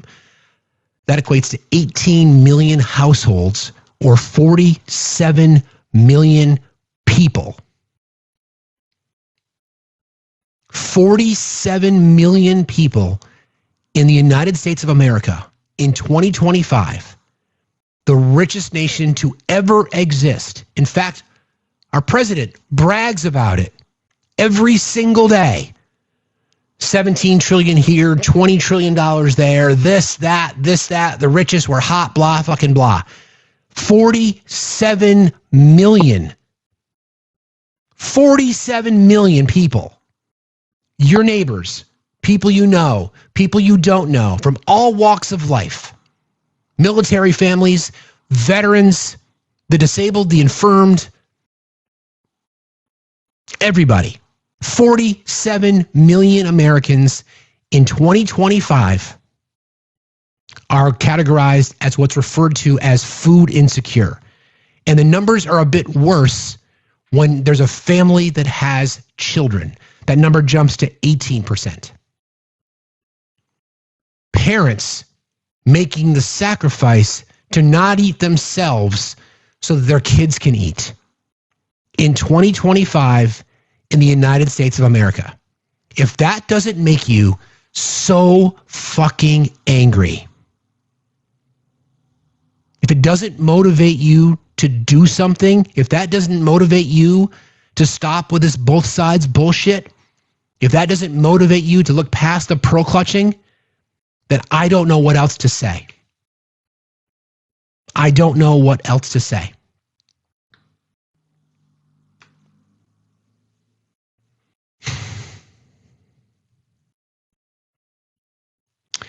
Again, the list. Arkansas, West Virginia, Kentucky, Mississippi, and Alabama. Those states are the worst. Do you know what states are at the bottom? The states that are the most food secure? States like Vermont, states like Washington, states like Maine, states like Connecticut, states like Colorado, states like Minnesota, states like Massachusetts. Why do we think that is? Think about it. They have access to the same programs. Washington State's on that list as well. The bottom five is Massachusetts, Hawaii, Maryland, Minnesota, Colorado, Connecticut, Maine, Washington, Vermont, and New Hampshire. Why do we think that is? Here's the thought.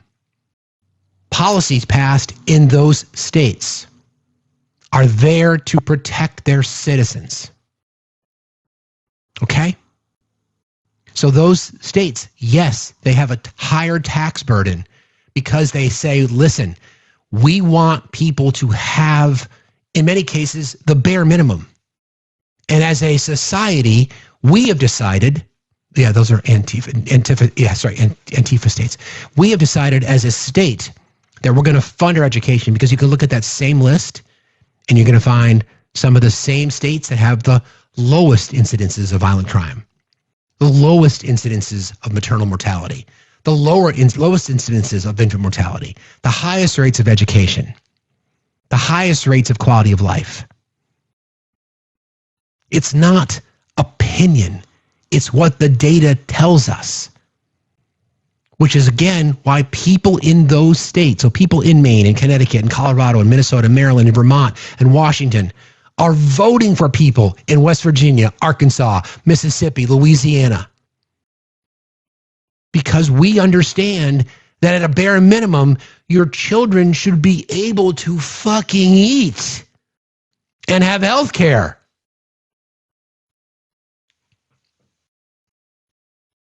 People just don't get it. I mean, what? Ranting. Good morning. How are you? I'm doing great. I sent you a video of a MAGA lady who is making fun of folks on SNAP benefits, WIC, and so on how they're going to eat next month because they spent all of October's money, how they spent all their food stamps on October. And didn't obviously realize that you also get November monies as well to feed your family. But she literally is making fun of. Are you driving? Yes, fine. Okay, fine. I saw that too. Basically mocking people, and I could ask Crow. I don't know what the average monthly payout per SNAP. I think it's $200, if that. Right? And now they're saying, what'd you do with your money? Your $200. He's back. What'd you do with your $200 from October? How come you haven't spent? Why haven't you saved it? It would be actually about $400 because the average SNAP household is two. $236 is the maximum benefit for a single person. So a little lower, accounting for wages, you wind up with like around $400, give or take, because the average SNAP household size is two. So $400 a month. Okay, thank you. The other point is it also directly removes $8.1 billion from the economy by way of supply chain. Because when people talk about this, they think about the person who needed the SNAP. They don't think about the fact that the 8.1 goes to the grocery store, who goes to the distributor, who goes to the farmer, who then goes to the worker who grew that food, who goes to the person on that line. Like, we always think about the end point economically and ignore the supply chain. This is an $8.1 billion removal from the overall economy. It's a good point. It's a really good point. Capitalism. Thank you, buddy. I appreciate you again. Crow is on speed dial. So again, $400. $400 a month under the conditions now. Ever been to the grocery store recently, friends? You know how we talk about, listen, we would all love to eat organic. I wish I ate better. I do the best I can, right? We'd all love to be able to eat higher quality food, more fresh vegetables, more things that are organic. But when you've got $400 to spend to supplement your grocery budget, how the fuck does that work? How does that work? How does a single mom or a single dad with 2 or 3 kids, how does that work? Again, I will remind you, that amount is not for every state. That's the average. This person just works in this industry. I don't know why you're challenging that, whatever. Again, the richest nation on earth, the richest nation in human existence. And we can't feed our citizens because there's no appetite, bad pun, no desire to do so from many of our elected officials.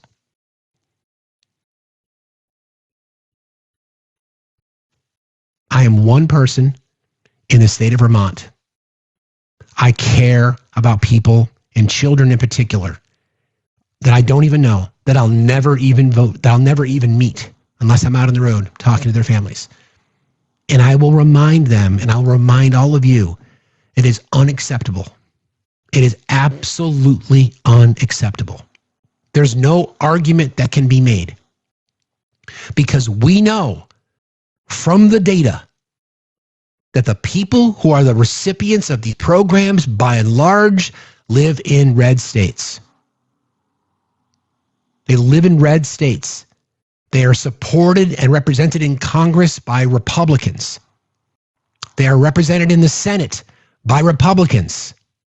They voted for Donald Trump more than once, most likely. And it's every single day. We're here reminding them, this is what's happening to you. And there's people like Crow that are out there doing the fucking work. You can hear it in his voice, how much it affects him, because he talks to these people all the time. And instead, we've got people, again, when you don't sleep and you're up in the middle of the night and you just pick up TikTok and you start scrolling, and there's people that are celebrating the new ballroom at the White House because they think it should be a palace. What the fuck are we doing? Hey, how are you, my friend? I'm all right, my friend. How are you? Hanging in there. Yeah, that's about what we got these days, right? I wanted to remind everyone, another component to this is I will see a lot of people talking about connecting to their food banks. And I need to remind everybody, all of the U.S. aid cuts, the AID cuts that took place, they heavily impacted many. Hey, guys, love you back. They heavily impacted a lot of food banks. So where I'm from in Northeast Tennessee, which is 86% Republican in Sullivan County, which just recently made Rachel Maddow show, which is crazy. But the Second Harvest Food Bank is huge. And we had tons of trucks that made the news that just didn't make it. They got cut, and so that food did not go there. You're in Northeast Tennessee, Andrea. I'm from Bristol originally, so I'm very familiar with back home. My mom still lives in the area, but people need to remember that food banks are also going to be hurting because of the cuts that were already made earlier. And for the person in the comments who said, don't shut the government down, then it's very simple. If you don't want the government to shut down, then elect people in office that want American citizens to have access to quality, affordable health care. That's all this is. And this is the thing that people need to understand. If you have not gone to see, if you purchase healthcare from the ACA marketplace, which is millions, tens of millions of Americans, your premiums are going to go up anywhere from 150 to 300%, depending upon what state you live in, what program you have, any of those things. And so when you start to understand that, people will not be able to afford. And let me just paint this picture for you. For the people that will not be able to afford their health care, they will end up in the emergency rooms for things that are non-emergent. The hospitals will be required to treat them because of a federal law called EMTALA. Those hospitals will then have to eat that cost because those people are going to be self-pay. Your premiums are going to go up even if you have your health insurance through your employer because their rates are going to go up as well. And just so you know, we always talk about rural hospitals, which is important to do. But I want to remind people that between 2019 and 2023, we actually had more urban hospitals close than were opened. Correct. So I was in Atlanta when we lost our level 1 trauma center back in 2022. So if people do not understand, I don't care who you are. I don't care what you think you believe in, what you think your religion is, any of those types of things. First of all, if you're, oh, I'm a Christian. Okay, well, just tell me when Jesus said starve children. Tell me when Jesus said pull yourself up by the bootstraps. Tell me when Jesus said, we don't want to feed the elderly. I think there's something in that book about taking care of the elderly and your parents and all those sorts of things. There's something about storing up for your children and being able to take care of them. There's all types of things in that book. Right. And I think what I would love for many people who profess to be Christians to do is get on out of the Old Testament. There's this thing that came in called Jesus, right? That's in that second testament, right? And that's where grace comes in, and that's where forgiveness comes in, and that's where all the other things come in. So I'm just saying for folks that don't think this is critical, it absolutely 100% is critical. And you better put down your pride and your ego and start to think about what's happening all around you, because it will happen to you. I'm going to take a moment and send you your flowers because you're one of the first creators that I really remember following and saying, boy, this person's passionate, and you've got your grandbabies running around and you're trying to educate people and you've just been committed to the cause, and I have tremendous respect for you. So if you don't follow Danny, please do. I love you, friend, for first of all, the person that you are, but in particular for the work that you do. So thank you for everything that you do. I appreciate that. Yeah, right back at you. This is not easy work, people. And I think that one of the things, Steve, that I really hope, good morning to my folks in there. One of the things that I really hope, so here's the thing. I know that people are suffering, and I know that that's going to continue until we right this ship, right?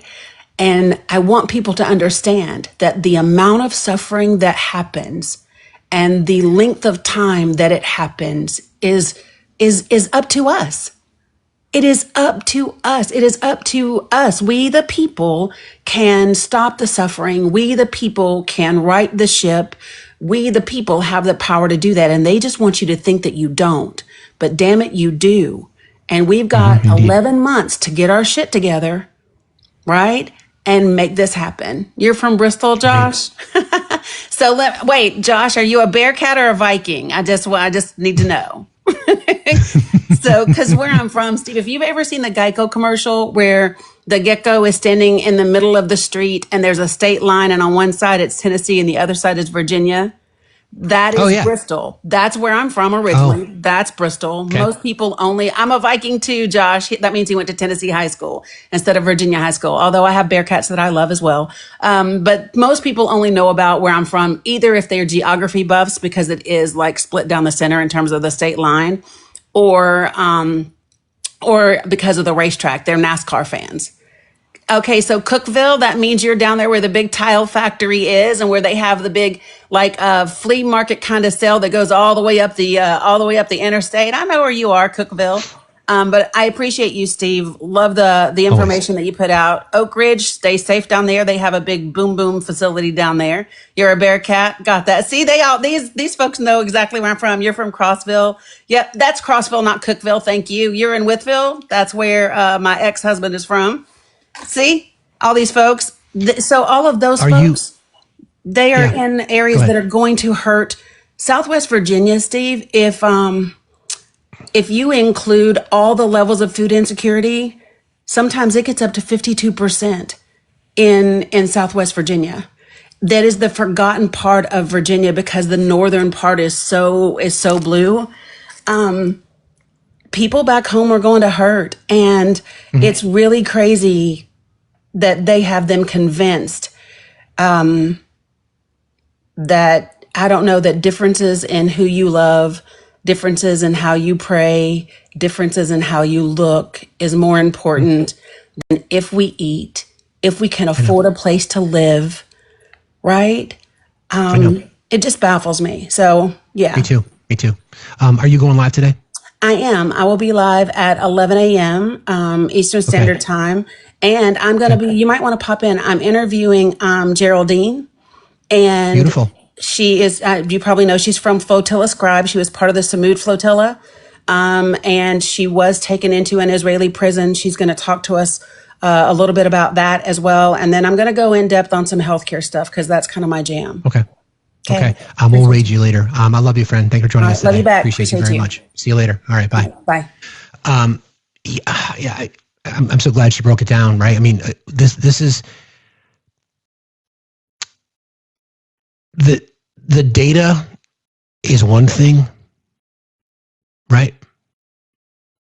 The data is one thing. The data tells us exactly what we've known for a very long time, is that communities that by and large support right-wing types of policies and Republican conservative agendas are the ones that suffer the most. To me, it's beyond that, though. There are people in our country that genuinely are celebrating, not dancing, but just being okay with kids not eating. I was in a live over the weekend and this topic came up. And in case you didn't know, I'm a bit passionate about this. We all should be. And we were having a conversation and we talked about why is it okay that we're cutting funding to feed people? And this person's response was, I've taught my kids how to field dress a deer if things get really bad. If you're a hunter, you know what I'm talking about. And I'm thinking to myself, there it is. There it is right there. There it is. Don't give a fuck about anybody else. You don't fucking care. You don't care. You think that just because you taught your kid how to field dress a deer, that's going to solve their problem? I know how to do that too. I learned how to do that when I was quite young. Was pretty good at it. But I'm still voting for people that I don't know. In fact, I'm voting for your family to make sure that they're not food insecure. 47 million Americans. 47 million in what is to be considered the greatest country on earth? Are you fucking kidding me? Are you fucking kidding me? The only way to address this in my opinion, the only way to address this is to, first of all, accept that we can no longer ever consider ourselves anything other than an oligarchy and an authoritarian state. Because that's what we are. Let's accept it. And then the question is to the rest of us, what are we going to do? If your celebration and the resistance and doing something was just showing up on Saturday, then here's a tough love moment from Facts. That's not enough. How dare you think it is? My expectation is you absorb what we've talked about today. And we hear what Danny had to say. We heard what Crow had to say. I'm not factual, PK. You won't jump in the box, PK, because you don't want to be called out. I'm not factual. Then prove me wrong, what I just said. And just by the fact that you said that tells us everything that we need to know about you. You don't care about feeding people. You don't care. You don't care that women are bleeding out in hospitals. You don't give a fuck. You don't care that marginalized communities are under threat every fucking day. You don't care that your own healthcare costs are going to go up because of MAGA Republicans and the government shutdown. You don't care about any of it. You're selfish. You can sit in here. You can sit in here if you want. That's fine. All right, we're going to bring Crow back up. This is what breaking news is, friends. I have a statewide in Pennsylvania. We have a statewide training time right now, so I have it in my other ear. Pennsylvania just announced using the 10th Amendment rights afforded to them.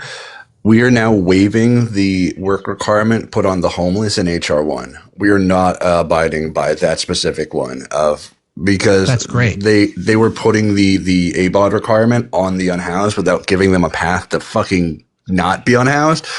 So Pennsylvania is elected to just ignore that. We're still going to have them waived from the work requirement.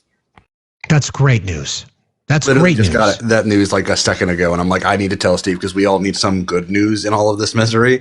That we're no longer that Pennsylvania is the first state to go. Nah, we're not making the homeless work if we're not going to help them get that work. In your experience, Crow, when something like this happens at the state level, do oftentimes other states follow behind? Yeah, and you typically find a lot of these policies, to be perfectly honest, shift in the Northeast first. New Jersey, Pennsylvania, always. Stuff like that. And then other states follow suit. Pennsylvania is just a weird one where it goes both directions. Like all of the states around us had like legalized fireworks long before we did. All of them had you could buy a booze in a grocery store long before we did. We're one of the weird ones where we can go either direction because of the makeup of the state. But when it comes to like social programs, we tend to expand social programs ahead of schedule. The only one we haven't fully expanded is like Medicaid, but that's because we don't have California money. You know what I'm saying? Sure. We're not the fourth largest economy in the world. Right. But that's a win. I mean, this is a big deal, though. I mean, yeah, I just think about what you just shared, and yes, it's good news, but the fact that we have to do that is just crazy. Oh, and this was my argument against the work required for the homeless, because like you would imagine with my work, I see them daily. My mother ran the homeless shelters in New Jersey when I was a child. So like I've always been plugged into the unhoused community my entire life. And you can't just say, go get a job, because it ignores what keeps them homeless, which is they don't have a place to clean up. They don't have clean clothes. They don't have, like, I just met a man at the 7-Eleven this morning when I went to get a coffee. Where he's like, I don't want change. I want a bike. He's like, do you have nowhere I can get a bike? Because I got a job, but I have no way there. Coincidentally, I had a bike in my basement that my wife was going to have me put out on the curb. So I'm like, you know what? Just walk back with me. I'll give you a bike right now. Boom. Because I was getting rid of it anyway. And he's like, I want to work, but I have no way to get there. So I'm trying to find a bike. I don't need your change. I just need to know if you can find me a bike. And I'm like, you happen to run into the exact right person. Come take a walk with me. It's like 3 blocks. I got you a bike. See? That's what it takes, friends. Brother, keep breaking news. That's really good to hear. Pennsylvania stepping up and doing what hopefully becomes precedent for other states to follow. I appreciate that, bro. Thank you very much for sharing that with us. You're a good man. Talk to you later. Look, things like that's an example of doing something. We have to help people, you guys. We have to help people. We have to. Now, I want to talk about food banks for a second, because some of the work that I do One of the reasons I left corporate America, because I was tired of corporate America. And I said I had this calling that I want to use the skills and the talents that I have to help communities and to help people and organizations that are helping others. So I do a lot of work with regional and national and local food banks. And one of the things that they always tell us is that they always appreciate a person's generosity. Right? They always love it. They wish that generosity spread beyond just the holiday season, because as you can imagine, they get spikes in donations during the holiday season. So that's what I've been working on with some of my clients, to say we need to shift our focus away from just the holidays and remind people that giving is something that has to happen every single day. The constant theme is contact your local food banks and facilities and ask them what they need. Because in many cases, they may not be able to take everything because they've got limited spaces as well. And there's networks across, at least in Vermont, there's networks across the state. So the Vermont Food Bank is the largest. And then they have networks with other food banks across the state and in communities, and they'll share resources, but that requires more resources to get things from one place to another. So if you have an interest in donating, or if you want to start up your own community, like I know people, in fact, I remember I did this with my kids a long time ago. There was a couple of people that we identified in our local community that were houseless. So all we did was we put a plastic box with a cover on it, and we just put stuff in it, right? So little things like that we can all do. So please contact your food banks, contact the local organizations, even churches in many cases, right? Contact them and ask them what they need. Because I believe in the spirit of giving. It can't just be around the holiday season. It's important to do it. Don't get me wrong. If you're going to do it. But make sure that you're reaching out in advance to contact these organizations who are doing incredible work, and make sure that you're asking them what they need. And don't forget about your pets, right? Don't forget about pets too, because pets are oftentimes houseless as well. So don't forget about things like that, because also food banks do have dog and cat food and cat litter and things like that. So please try to lean in a little bit. It's great. I love these conversations. Damn it. I just love them so much. Good morning. How are you? I'm doing good, Steve. How are you? Fine, thank you. What's on your mind today? Well, I just wanted to come on and let people know, if they didn't know already, that Gretchen Whitmer in Michigan, which is a deep purple state, her state was able to work together to pass a ton of bipartisan bills that help the people of her state. So the fact that our federal government is closed down right now and things aren't getting done, it's purely political, as much as Mikey Johnson, your bitch, is trying to say it's not. It is. They are playing games with our lives, and they don't care.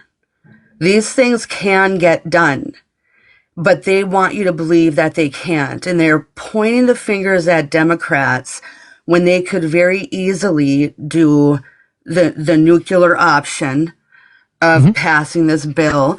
Trump can choose to fund all the programs that help people. And, all this stuff affects me personally. I live in public housing. I'm an educator, and I work one-on-one with special need kids so that they can stay within the classroom. My own son has special needs. I'm on Medicaid, and I'm literally at home with pneumonia right now. So all of these things are so important to people.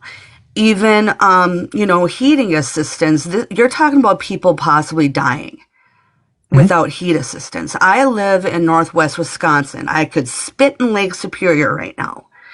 And we literally have actual temperatures that reach 30, 40 below zero and 50 below zero with wind chill.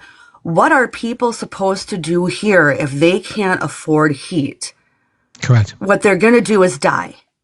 People can literally freeze to death. And the fact that people are just so blind to how this actually affects people. And these are people that, they're your neighbors. They're the people that live down the street. They're the mothers, the single moms in the school drop-off line. And it's like, have a little bit of a heart. but these things can be finished. And if you are somebody that thinks that the government isn't playing with you and making it political, then you are blind. You are absolutely blind. Completely agree with you. Completely agree. I appreciate you. I appreciate that. Yep. And I hope things get better. But you're right. It's the colder climates. Some people who live in other parts of the country don't experience what we experience. As somebody who lives in northern New England, I get it. I get those 40 below zero nights. I'm with you. I understand. Thank you for jumping in today. I appreciate you very much. And I want to thank you. I want to thank you for all the work that you've been doing. I watch you every day. Thank you to Crow, that is really stepping up to help people like, that are in my position as well, that, rely on that help, even though I do work. So thank you for what you do. Thank you, Crow, and for everybody else that's stepping up for the people that really need it, because it's very much appreciated. Appreciate you, friend, for being here. Appreciate can I say we? Yes, you can. Can I say we? We. Yes. Okay. Yeah, for people who don't live in colder climates, that's not something you have to deal with every winter, right? The cycles in northern climate, especially if you heat with wood, right? You're always constantly thinking about the next season. You have your 3 cords of wood. You've got green, you've got seasoned, you've got dry, and then you rotate them through. For people who know, right? When you're always worried about your heating assistance, you're always worried about your fuel bill, you're always worried about that next thing. That's an expense that a lot of people don't experience. Sure, in other climates, you might have to deal with the expense of increased cost of air conditioning. Or in Texas, you're going to lose your power because of Greg Abbott's incompetence and then making money off the private sector, right?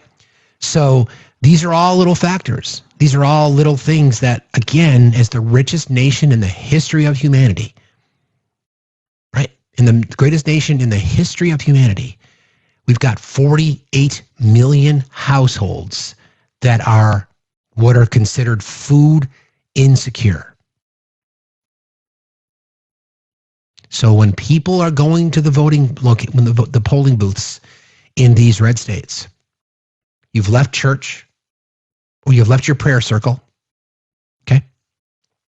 You're on your way to the store to use your EBT card, your SNAP benefit that we now know is on average around $400 a month. And you are fighting to try to pay the bills. And then you'll go and elect the same people that are fucking you over. And you do it time and time and time again.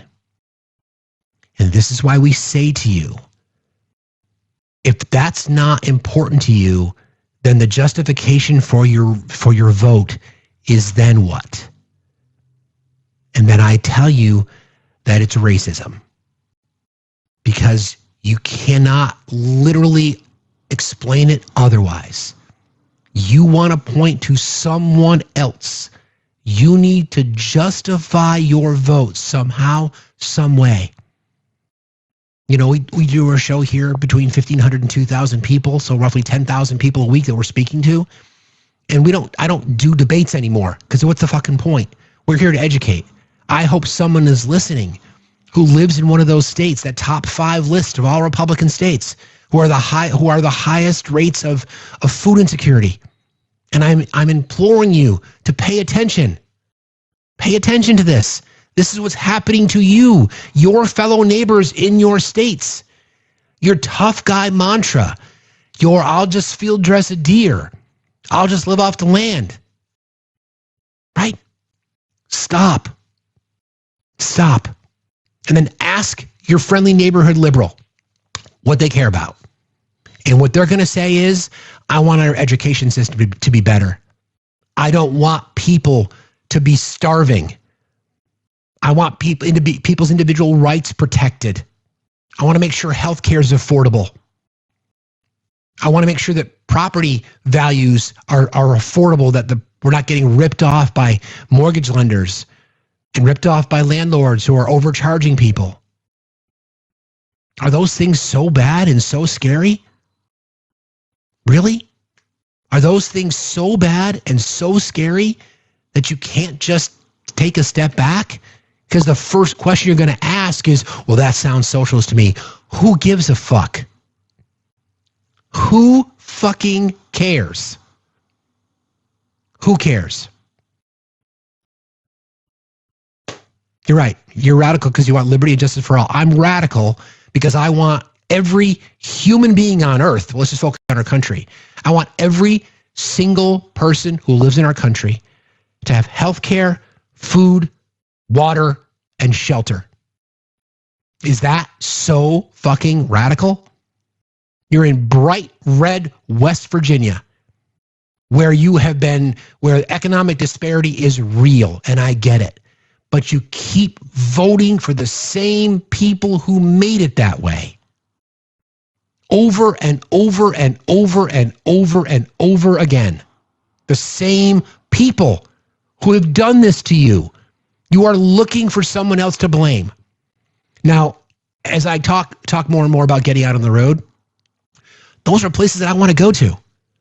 I want to use my privilege to assimilate in Appalachia or in reservations or in bright red Gulf states who are people that are so unbelievably disenfranchised. I'm not talking about MAGA. If I talk to some of them through osmosis, then sure. But I want to talk to people in these states to say, listen, I don't know if you're involved in your political system, but I'd like to tell you what's happening. And I'd like you to see the fact that there's a bearded white guy in his 50s reminding you what's at stake. I want you to have a better life. I want your kids to have a better life. I want their kids to have a better life. And unless you can participate more in democracy, remember, I've got that divide that I think that there's two distinct groups, and you can, peel off layers here and there, but I think there's two distinct groups of non-voters. I think there's one group that says two wings of the same bird. I think that's lazy. And then I think the larger group, and this is the group that I want to talk to, are the people that are so disenfranchised, they just don't feel like they have a vote. They feel like nobody's listening, that nobody hears what they have to say, that they've been left behind, that the entire system is working against them. Those people don't have advocates. Those people don't have people who are willing to stand as an ally with them. Those people don't have people fighting for them because they're part of a system, especially in red states, that continues to vote against their best interest, and yet they're not willing to participate. Those are the people that I want to talk to. I'll talk to anybody, but those are the people that I really, really want to talk to because those are the people who are suffering the most. And I can relate. Listen, I'm a single father of 3. I'm a small business owner. Yes, I went to college. Yes, I've got multiple degrees, but I'm still a fucking human. I ride motorcycles. I can fix them. I grew up hunting. I've got tattoos. I can relate to you. I get it. I understand. So how do we fix it? I need you to get involved. I need you to get involved and to help your fellow neighbor. Stop pushing back against humanity. If you don't want to be lumped into that same group of people, because sadly, the 75 or 76 or 77 million people who voted for Donald Trump, sadly, because your inaction didn't stand up to it, you're part of the problem too. If you don't want to be affiliated with that and you don't want to be associated with that, then what are you going to do? You may not care about politics. You may not care about tax plans. You may not care about any of that shit. If you care about feeding kids, if you care about feeding children, if you care about affordable health care, if you care about access to shelter, then this is what you need to do. You need to vote. You need to show somebody that you truly care. You need to volunteer in your community. If you want someone there to help you, then what are you going to do? I believe in the pay it forward mindset. I have to. I believe in karma. I really do. I just really believe in karma. The more good you put out into the universe, the more good you're going to get back. Maybe I'm naive in that regard, but that's how I live my life that way. And I don't do things for people because I expect something back. I do things for people because I want them to do something for somebody else. That's the whole pay it forward mindset. So we can talk about this shit. Sorry.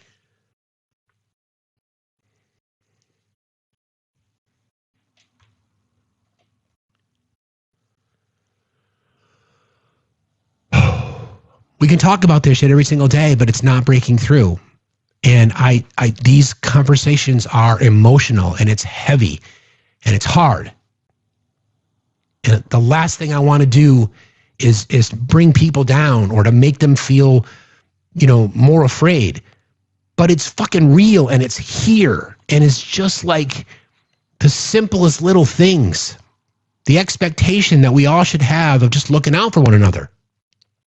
If people are checked out, they've checked out. I don't have time to try to convince a MAGA voter of the truth. They've made their decisions. But you know what? They're being harmed too. And quite frankly, they're being harmed more. They're being harmed more. Let me just check in here for a second.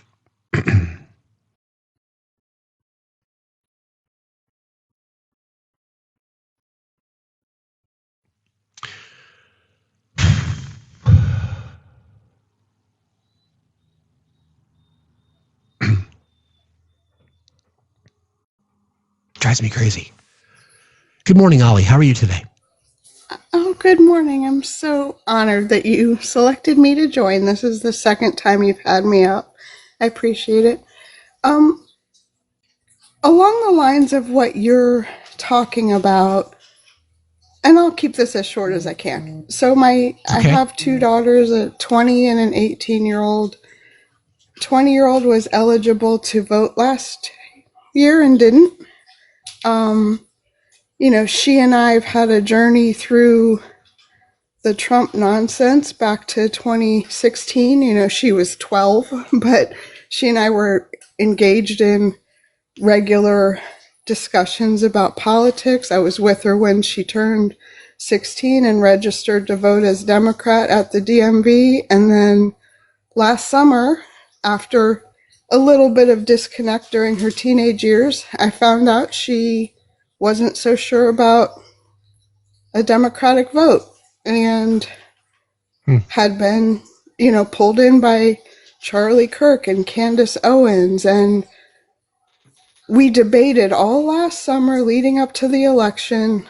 A few times I thought I had her back to reality, and she ended up not voting. She couldn't decide. She didn't know what was right. So she was back and forth. And what I struggle with now is finding a place to point her to. She knows I listen to you every day. She's heard you. She knows I listen to Adam and Felice and Jolly and, a whole bunch of different people that I rely on for good information.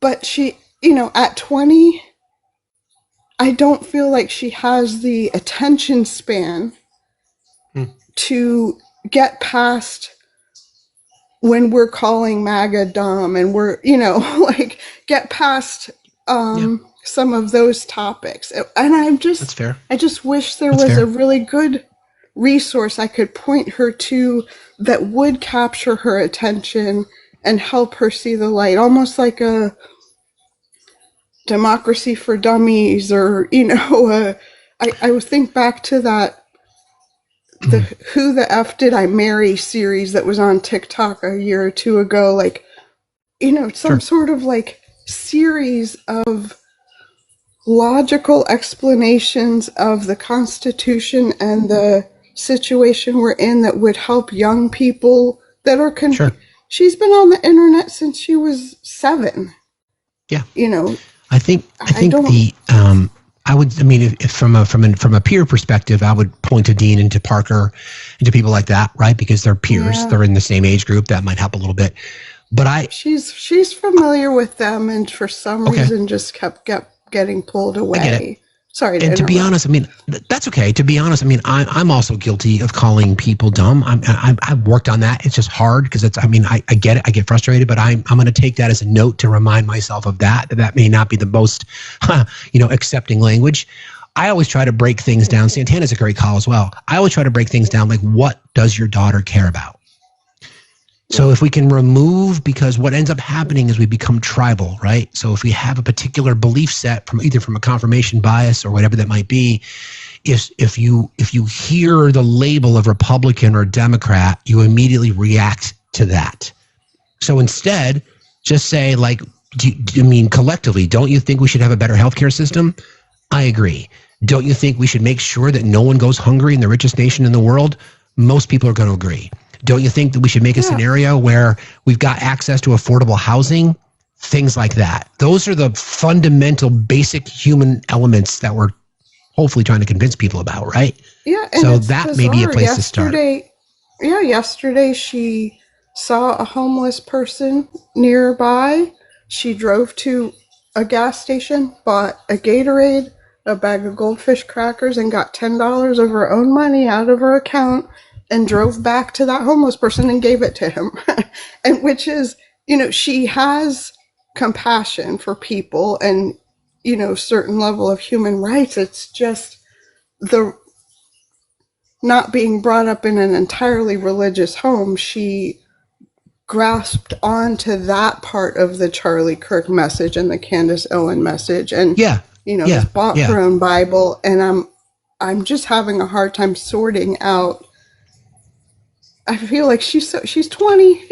I can save her, but you can save her. I don't know if this even would be necessary. I mean, if it came to this, because again, I'm as a father, I can relate. I mean, I'd be happy to jump on the phone or a Discord call just to kind of listen to what's on her mind and see if we can help. Because I firmly believe that if we don't get involved now, then we're going to lose an entire generation because they feel empowered by red pilling, sadly.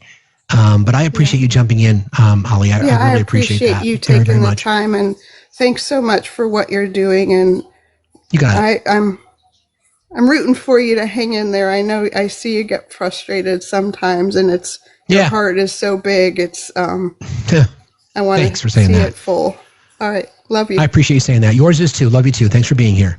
I think that conversation, we actually were having a conversation in our mod chat yesterday about one of our members of our family was out and they saw an individual, one young man around 16 or 17 years old, at a No Kings rally, but with a MAGA hat on, and he sort of felt lost. And we all were like, shit, I'd love to be able to sit down with that person for an hour, just to have a conversation. Listen, you guys know me. This is who I am every single day. My mods will tell you. You may not like me. This is who I am. But I care about this shit because we all should care about this kind of stuff. And when I talk about these things, they make me emotional because for two reasons. One, I don't like seeing people suffer. I just don't. I don't like seeing people suffer. And I want to help everybody who's suffering. And I can't. God damn it.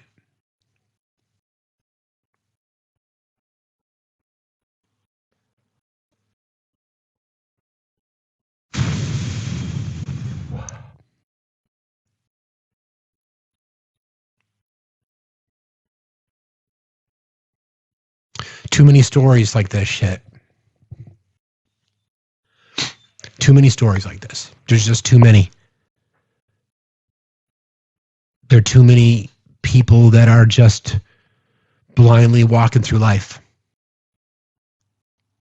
that just don't seem to care. And just like I know it's okay, but it's they just blindly walk through life. They just don't care. They just don't seem to care, right? And I can't.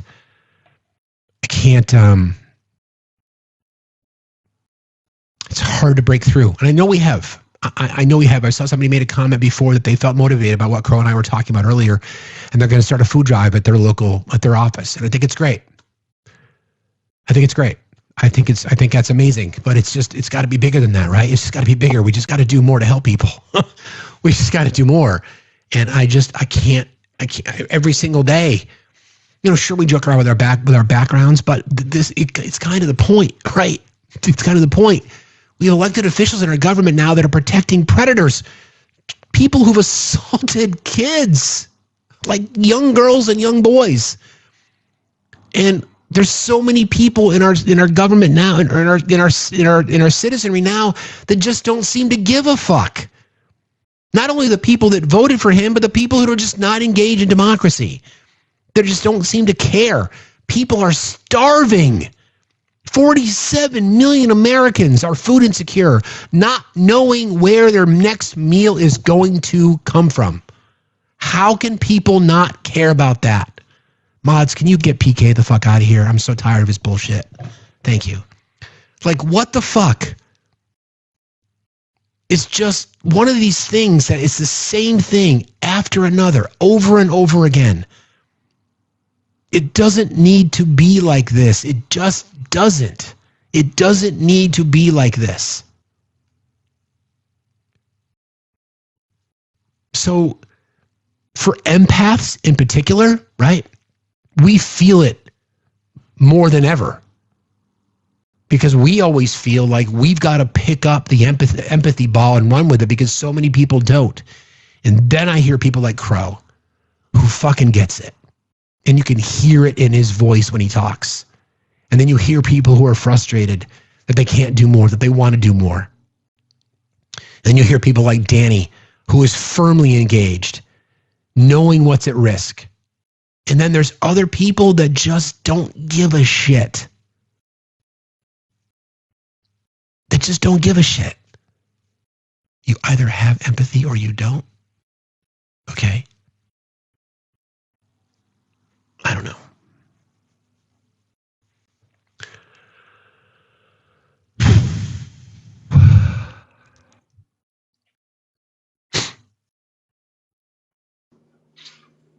Hey, Shane. So I wanted to bring up the fact that the SNAP and EBT programs also help our friends in recovery. And this is an aspect that we haven't brought up. For those who don't know, there are state-mandated recovery programs for probationary periods. And often when those people are let out of those recovery programs, they often need Section 8, SNAP, and EBT benefits in order to maintain their halfway house. Those people are being released from recovery without benefits. So they will immediately go back to the streets and most likely back to the very things that sent them to recovery. So for the people in the community, this is your feel-good story for the day, Steve. I've started a program based on action sports. I take and I collect both professional BMX bikes and professional skateboards from my friends that are resident ex-pros. And I build them and I give them to the recovery people so that they have a goal and a mission when they get out of recovery. I love that. Something that they can pour their energy into rather than focusing on their downfall. I love that so much. I love that, Shane. I love that, man. Take your passion and turn it into something. I fucking love that, dude. So for all the people in the chat, I'm tired of debating people like PK. I want to know why you didn't vote. I'm tired of talking to MAGA. I want to know why you sat out. You're the people I want to talk to now. If you don't want to talk to me, talk to Steve. If you don't want to talk to Steve, there's plenty of other creators. But I'm an ex-Mormon Republican. I am literally RTP, but older. And I'm... No joke, Steve. Yeah, I hear you, buddy. I have 8 years on RTP.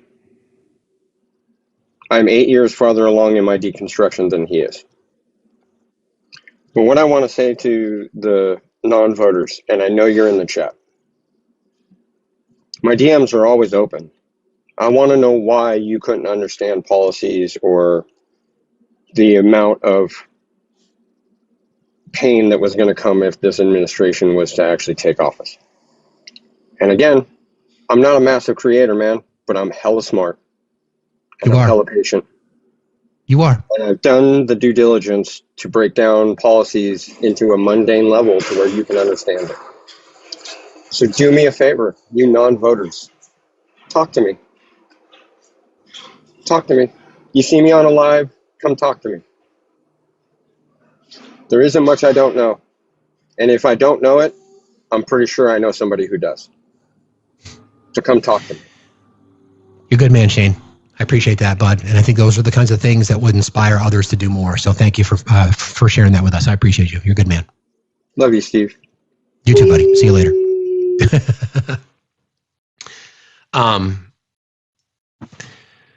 Just a note from our friend Jen. Tells you, people at rallies and protests to advertise to bring canned food for the local food bank. Communities are at the protest that brought 2 truckloads of food to the red districts in Northern California. It's a great call. I love that idea. Like I said before, make sure you're contacting your local food banks, right? Make sure you're contacting your local organizations. Make sure you're asking them what they need.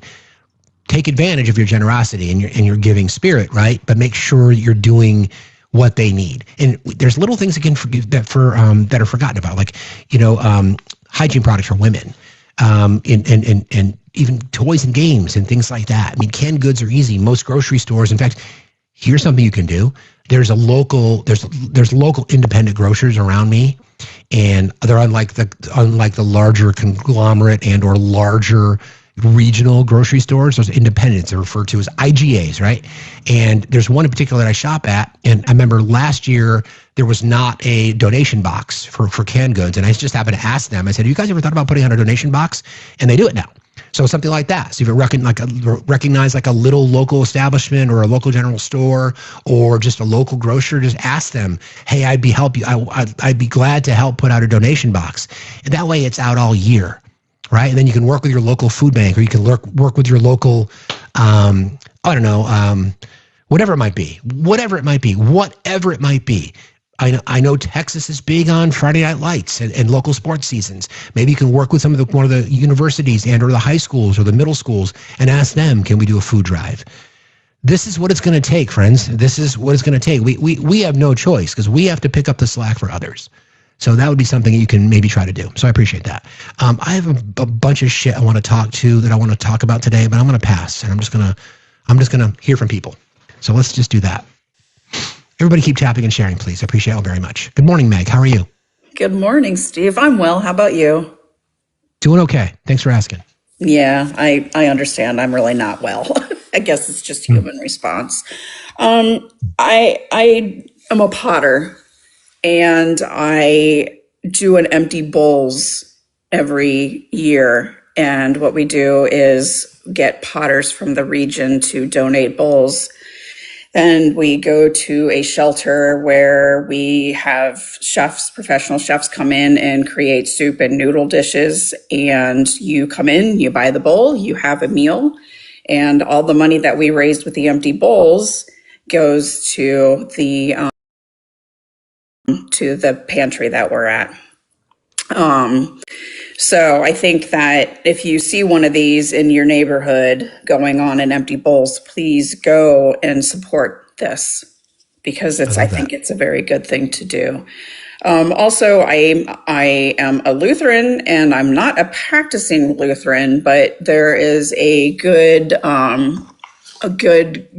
charity that you can donate to through them, and they do God's work. It's amazing. So if you ever go on to the Lutheran ELCA website, you can donate through there too. So that's just a little plug for helping people here locally too, if you are involved with the church. I appreciate that, Meg. These are little examples, Yeah. So everybody, please, if you have an extra $25 each month, just donate it somewhere to help the people here in our country. It's what's happening is appalling and very disturbing, and people are going to die. Unalive. It's distressing. I agree. Thank you for making a difference, Meg. I appreciate you very much. Thanks for being here. Be safe out there, okay? Bye-bye. You got it. See you later. It's a good call out, right? I mean, let's stop just, tiptoeing around it. I think Danny talked about it earlier about how when we lose access to healthcare, when the Christian right pro-life wants to cut your healthcare, what people don't understand what's going to happen is that healthy people will leave the marketplace because they can't afford it anymore. So I think I mentioned this earlier. We will put the healthcare.gov link in the link tree. I'm sorry, in the mods, if you guys wouldn't mind if you haven't put it in there already. Healthcare.gov is sort of like it's the entryway into the marketplace, and then you can break it down by your state, and then you can go through and do the analysis, because you will see what it's going to cost for people to be on their state-sponsored healthcare plan through the marketplace at the ACA marketplace. And I underestimated significantly. I thought it was going to be a $1,200 increase. It's going to be closer to $2,000. My state has some of the highest healthcare burdens in the country because we don't have a big population. But all in all, this is what happens, right? So when you lose your healthcare, what ends up happening is that hospitals will have to cover the cost. And hospitals aren't going to be able to cover all that cost. So then what ends up happening is everybody's cost goes up, because when you're in a for-profit system, profit becomes king. Do you understand? So when costs go up because people losing access to healthcare can't afford to pay for their premiums, everybody's cost goes up. And what people who don't know enough about this industry don't understand is just because they have employer-sponsored healthcare. By the way, employer-sponsored healthcare is something that renews every single year. So when healthcare costs go up for everyone, whether you have employer-sponsored healthcare or not, your costs go up too. Hopefully I explained that right. I think so. That's how the process works. That's capitalism. That's the cycle. Okay? So instead of saying, oh, just get a better job, why don't you look at it differently to say, the more people that we have insured, the more people that have access to the system, the more people who are engaged becomes a powerful lobby. There's this thing called collective bargaining, which is why the Medicare for All model, from my perspective, is the best one, because it gives all of us access to the system. We become the lobby. We become the group of people that are saying, we're not going to get ripped off by this shit anymore. There's no more fucking middlemen. No more middle women, right? Because let's be real, if it were middle women, the problem would have been solved already. Middle men are the fucking problem. So these are the things that, yeah, single payer. That's the idea behind it. And then because this is all related, right? This is all related. If we are cutting food subsidies for people who can't afford it now, they're going to choose the least expensive options. And the least expensive options in our food system are things that aren't necessarily good for you.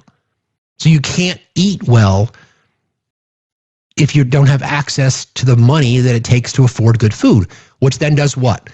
Leads to more health issues, diabetes, heart disease, cancers, et cetera, et cetera, et cetera. You follow the cycle now?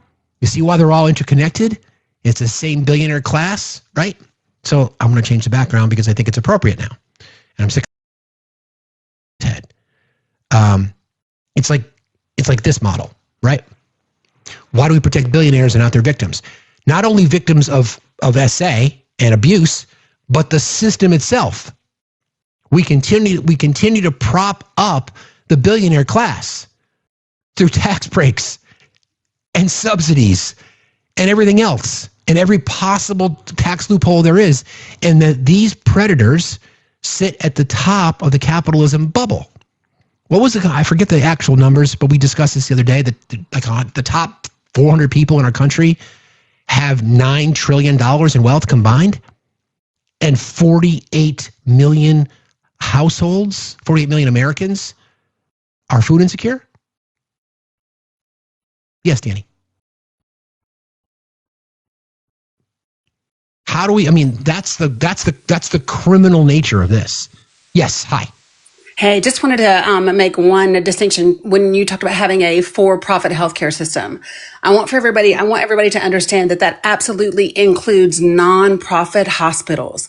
A lot of times people will hear nonprofit hospitals and you think that means they're similar to like a public hospital, and they are not.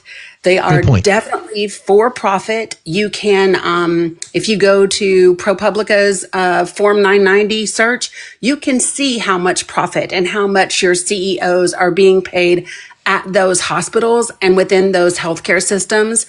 Also, you need to know that if it is a nonprofit healthcare system, they have something they are legally required to give you, which is called charity care.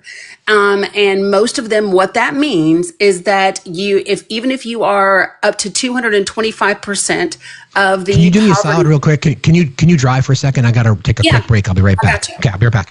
Sure. Yeah. So even if you are at 200% of the national poverty level for your home, you can still qualify for charity care. And then a lot of hospitals, the nonprofit hospitals, you can still qualify for like a scaled discount up to 400%. So if somebody in the hospital, like that comes to see you, your case manager, they should be asking you about charity care. And if they don't, ask them about their charity care. And if they give it to you or they tell you, oh, here's how you can apply, listen, it requires a lot of paperwork. So make sure that if you are having difficulty completing that paperwork, ask the hospital to have someone walk you through it. Ask for a patient advocate. Find someone, your ombudsman, to help you fill out the paperwork in order to qualify for, to make sure that everyone is aware of charity care and what that looks like. They are supposed to ask you if you are unhoused, if you are living in Section 8, any of those things. That's what you need to be asking about. So nonprofit doesn't mean they don't make a profit. And those healthcare systems are required to give you charity care if you qualify. And just ask for a patient advocate or your hospital's ombudsman. They have to have someone who helps you fill that paperwork out. Now, I'm not going to lie. The daggone paperwork is not like easy, but it is an avenue to get things done. Also, just a quick reminder, when you sign that thing that says it's a consent to treat, I would recommend asking them to print you a copy, because oftentimes what's included in that consent to treat is also their financial commitments. And sometimes those financial commitments, they will say in the print, let's say you're coming in because you've been in a car accident. Their print says an insurance payout, the insurance pays them first and then you get what's left over. Right? There's lots, it says that they can donate your tissues and whatever and all those things. So ask, the hospital social worker, which is your case manager, your caseworker, they should be able to help you out with those things as well. So just wanted to offer you all that. I appreciate that very much, Danny. You're awesome. And thank you for that clarification. The entire system is completely fucked. I'll leave it at that. It is. But thank you for your kindness as well. I appreciate you, friend. Talk to you later. Yeah, absolutely. Appreciate you too. Bye. All right. Bye. It's a really good distinction, right? And I've mentioned this before, and I'm glad you talk about ombudsman or the patient advocacy. Most of us who are caught up in this system, think about the scenario that a lot of families face, right? You're given bad news about one of your loved ones, okay? And you are in the process of doctors and the professionals, because I trust the science and the healthcare professionals, not just some former heroin addicts. I trust the system, right? At the same time, they are providing you treatment plans. Now, the way that the system works, and I know a lot about this because I was in it, right? They will give you a diagnosis and or a treatment plan. Now, depending on your insurance, some of those things may not be covered by your insurance, or the treatment plan that they want to offer may include things that may be considered outside of scope. So what you need to do as an active consumer is to be sure you are asking for itemized information, so you know exactly why. Hospitals do have patient advocacy groups, but you ultimately have to advocate for your patient. That's up to you. That's up to us as individuals. I remember I've talked about this before, about being billed for sheet changing in the middle of the night, like $750. I'm like, I'm not paying that. They're like, well, it's part of our daily care. I'm like, I don't give a fuck. I'm not paying for it. It's not going to happen. It's not going to be on my bill. So I'll just bring my own sheets in from home. Thank you very much. We made my daughter's room look like her room at home, right? So that was the goal. But I'm like, oh yeah, this is the kind of stuff that I'm talking about. This is why we talk about this, the collective bargain, because the more people are involved, the less likely the insurance companies, the hospitals themselves. When I point my anger at the system, I don't point my anger at the nurses or the child life specialists or the physicians or the people who are providing care. I don't ever point my anger towards them. It's the system. I'm just looking at the comments. People are like, what, are you kidding me? I'm like, no, I'm not kidding. It's real. This shit is real. This is the stuff that happens. Not only for the sheet change, but for the person to do the sheet change, and then for the person whose responsibility it is to wash the sheets. That's what you're paying for. So we wonder why our premiums are so high. It's things like that. And I'm glad Danny said what she said. Again, it's a system that is working against us. And to go back to what I was discussing before, how this whole thing works together. Like if you put really cheap gas into your car, what's going to happen to your car? Okay? We would all like to eat better. I mean, listen, I would live on cheese, crackers, and like nuts if I could every single day, but I can't, right? If you put cheap gas, cheap oil into your car, it's going to break down. Okay? So in this analogy, you are the car. If you can't afford to eat decent food, what's going to end up happening? You're going to break down. You're going to develop diseases like diabetes, heart disease, all kinds of things earlier than you likely should if you're going to do it anyway, right? You're then going to a system that is by design in a for-profit model to rip you off. I've discussed this very, very transparently because I was indirectly connected to this industry, which is why one of the reasons 5 years ago I made the decision to leave corporate America. I had a really good job. I had a high-paying job. I had an expense account. And I'm just like, I can't fucking do this. I'm selling my soul. I can't do this anymore. That's me. When you look at the healthcare industry in particular, they build in claim denial as a profit center. United Healthcare, one of the most egregious offenders, 30% of their profits connected to claim denial. If that is not criminal to you, then I don't know if you're paying attention. What do we got here? Yeah. So here you go. There's reporting now that RFK Jr. to unveil new guidance encouraging more saturated fats. Okay. So here we are again, right? So you can't afford food because of capitalism, because of the conglomerates at the top of the, companies like Monsanto and all this kind of shit. People at the top of the food pyramid, the corporations that is, on the food pyramid, they intentionally. So a lot of things going on here. As somebody who used to work in the consumer packaged goods industry before I joined the financial service industry, so I worked in coffee, and there are what's called slotting on grocery store shelves, right? So if you ever walk into a grocery store, and just the next time you go, do this exercise. Look what's in the center, because that real estate between your eyesight, basically it's your forehead to your chest. Those are the most expensive slots. Okay? Next time you go to a grocery store, look what's in those slots, right? They're not always the things that we should be consuming, but they're produced by companies who have the most money, so they can pay for the slotting fees. Okay, that's what it's called. It's called a slotting fee. And as the grocery stores and the entities that own them, what the pressure that they put on the consumer packaged goods manufacturers is that you better not let that shelf be empty, or we'll sell it to somebody else. So next time you're there, take a look, see what's there. Oftentimes, they're the things that are the most expensive, And many times they're the things that are not always the healthiest for you.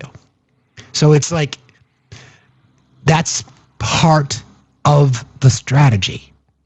Yeah, cart level 2 for kiddos. Exactly. Think about the seat that's in the cart. It's not a coincidence. It's not a coincidence. You are funneled through a grocery store. You, typically speaking, you walk in, the first thing that you see are going to be fruits and vegetables, right? Yeah, it's buying impulse, things at the shop, things at the checkout, all these things. This is all, it's planning it. Exactly. It's you get it then. Shiny, I don't know if you're available to come up if you want to. I'm just, because I know the world you're talking about, right? Things closer to the edge of the aisle, right? Things at the checkout. These are things, this is by design. And it's not like you're going to find the things that are super good for you. And think about the coupon items. Think about the things that are on sale via the coupon. This is all by design. This is all by design. It's all by design to lead to something else. And that something else is often what happens to your body when you can't afford to buy things that you should. And it's disturbing. It's criminal. It's diabolical. I don't know how else to describe it. It's criminal. So that's part of where the cost comes from. So do you see how they're related? When you can't provide subsidies for basic things like food, okay, food, you go to a grocery store that's designed to attract you to some of the larger ticket items, and oftentimes some of those larger ticket items are not necessarily the best things for you, right? And then if you want to go the next level, if you go to the meat section, you can look at the USDA categorization. You can talk about like the 80-20 split for ground beef, and then you say, I don't think I want that. I want something much more lean. Then it's going to be ridiculously expensive. So how are we supposed to survive this? The answer is that we're not. We can't. It's the draw to junk food. Amber, it looks like you might have timed out, friend. If you want to request again, I'll bring you right back up. That's the fucking machine. That's the engine. Milk and eggs in the back. You have to walk to get them. Correct. So it's diabolical what they do to you. I don't know if you guys know about that stuff, but for somebody who was in CPG, consumer packaged goods, for about a dozen years, I used to have these conversations. I went to Bentonville, Arkansas, to talk about slotting fees, to talk about how much it was going to cost us to put our coffee in places that we wanted it. And you're just like, how do you push back? You buy local. How do you push back? And therein lies the rub. If you don't have the money to buy it now, you're talking about dependency on local farms and co-op. I mean, part of a co-op. I've talked about that before, how they food deliver. It's the same thing. That's where I get a lot of my stuff. Do I pay a little bit more for some things? I do. I pay a little bit less for others. Yes. But I'm also helping my local community. Thank you, Linz. Working at Walmart, can confirm.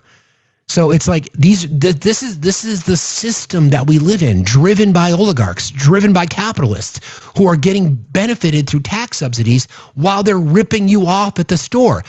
Do you understand the model at Walmart? Walmart has some of the highest recipients per capita that are on SNAP benefits, that are on welfare programs. So think about this.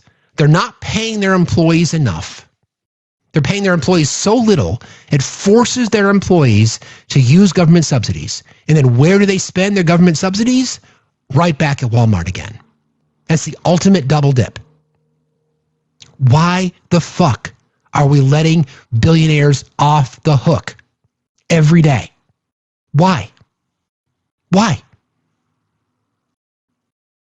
Literally, am I wrong about, I'm not sure who said they work at Walmart. Am I wrong about that? That's the model. That's what they want.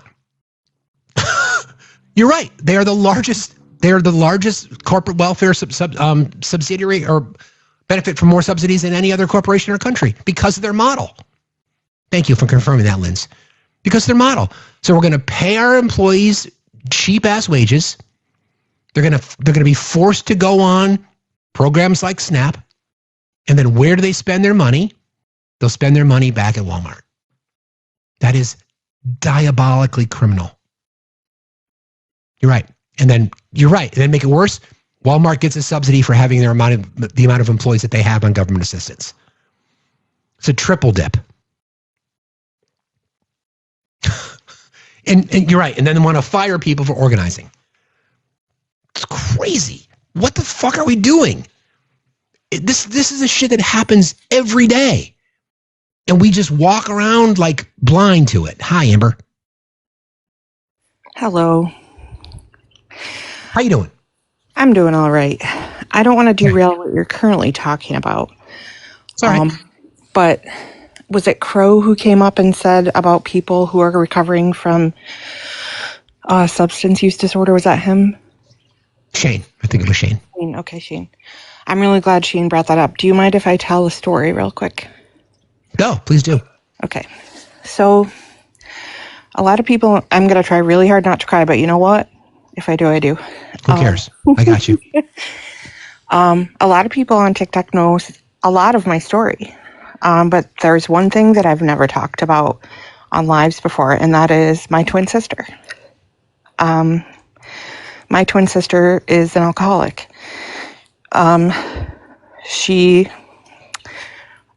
When we were 17, we had a home invasion that took my dad's life, and our family was homeless, unhoused for several months because our house was a crime scene. 6 months after that, my sister and I both went off to college. We probably should have taken some more time, but it was the plan, and we went through with it. She went off to a different college than me, and I didn't know it, but she started turning to alcohol to numb her profound trauma and pain. And she managed to work her way through college and then immediately grad school, got her master's degree in library science, and immediately she worked full-time all the way through undergrad and grad school. Immediately got a job as a librarian, and then she married somebody who had a traumatic brain injury, and she cared for him. She was his primary caregiver and the sole breadwinner for him for 10 years. And then he passed away. And she sunk deeper into her drinking.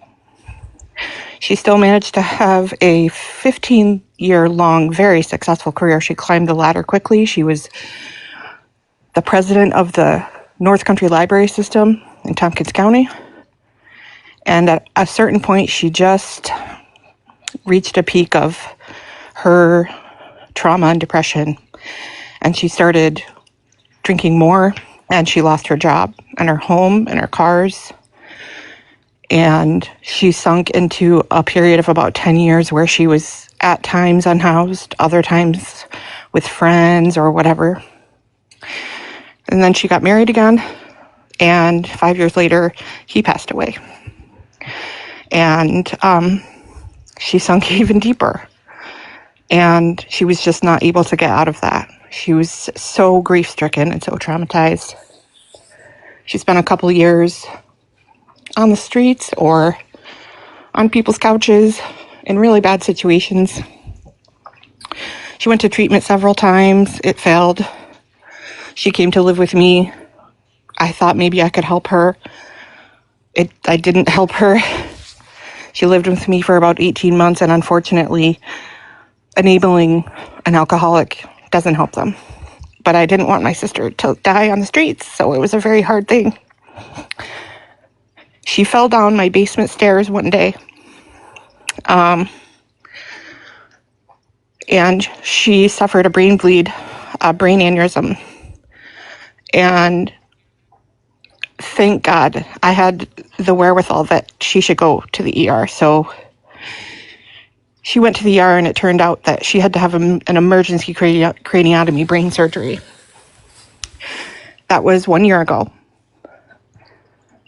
After that brain surgery, she came home to my house, and that same day with 36 staples in her head, she wrapped her head in a t-shirt and drove to the store and bought alcohol. And my husband and I had to make the very difficult decision to kick her out. We knew that she was going to die if we let her stay with us because she had a comfortable place to drink. She ended up going back to the hospital and was forced into treatment because she had nowhere else to go. And this time, it worked. My sister's been sober for 13 months. She's been working at an animal shelter for 6 months. She has her own room that she's renting. I guess the point of my story is you just don't know even a successful independent person carry the trauma they're carrying around or the things that might happen to them that cause them to lose everything. And we can't give up on people. Just because someone is suffering from substance use disorder or they're unhoused doesn't mean they're a lost cause. She went to treatment 5 times before she finally got sober. She was an addict for 30 years, an active addict for 30 years. And now I have my sister back. And if it weren't for things like Medicaid and SNAP, people who can recover will starve instead.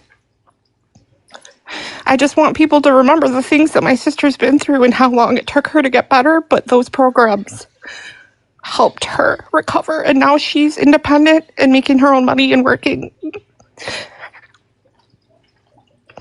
So you have to remember that there are really good people out there who go through terrible things, and they need help sometimes. So that's it. I just, I know people have like a perception of people with substance use disorder or people who are unhoused and what kind of person they are. My sister's the best person in the whole world. She just had really bad luck. We had really bad luck. Yeah. And I lost my sister for like 20 years.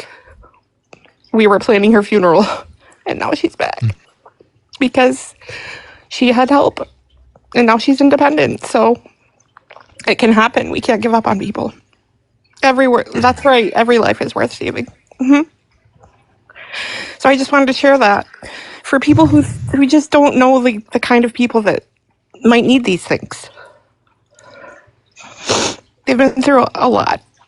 And if you find yourself not being able to wrap your head around not being able to like just pull yourself up by your bootstraps and work harder, maybe it's because you're walking through this world with a heck of a lot of privilege and not being able to understand this kind of profound trauma. So well said, Amber. But unfortunately, you know how much I love. As you know, we have 40,000 firearm unalivings every year. And those families, some of them, lose their sole provider like my family did. Correct. So. Correct. Remember that. It's a really good call out about the wounds of silent suffering, whatever you want to call it. And people, there's just no compassion. But you know how much I love you. I love you too, and thank you so much for letting me share that and talk about my wonderful sister. And I mean, we're so proud. We're so proud of her. And it doesn't matter how long you're lost, you can be saved. So we can't give up. I totally agree. Yeah. Thank you for being here today. And thank you, everybody. For being you. I appreciate you. Talk to you later, Amber. It's a great point. Again, it's the system. Kipper agrees. It's, hey, buddy. Hey, come here. It's the system. Right. Just the model.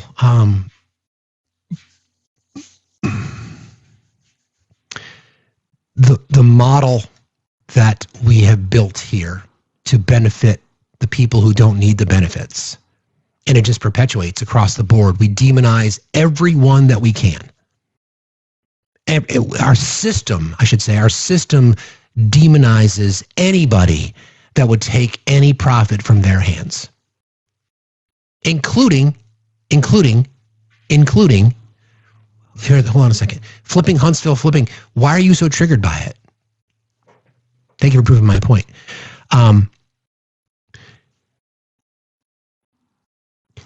Every area of our life that we talk about daily, like shelter. Think about the shelter, housing. We watch the housing industry be deregulated so that venture capital firms, BlackRock, companies like that, corporations can buy up all that property, right? And then in turn not put it back in the marketplace or just rent it driving the rent of every other piece of property in that community up. Food. We know, for example, the scenario that I just described to you guys about how not only are we now punishing farmers in our country by bailing out Argentina's economy, so that who takes advantage of that? People who invest in Argentina. Water, reducing regulations from the EPA so that polluters are going to pollute, right? And healthcare, a for-profit industry ripping people off. Those are the things that I care about. Food, water, shelter, healthcare. Every single one of those, as we look at it, basic fundamental elements so that we should all be able to have access to, are owned and or are these people are able to take advantage of loopholes built into the system. What? Across the board, people in our country have been told that socialism is bad because it wants to give people health care. And capitalism is raw dogging them at the same time. So I'm gonna play a little sound from the final Democratic debate for the mayor of New York City, which was last night. I think it was the final debate. I can't confirm that definitively, but there's a moment between Zohran Mamdani, who is going to be the next mayor of New York City, and Andrew Cuomo. I'm going to play 2 bits of sound from Andrew Cuomo for you today.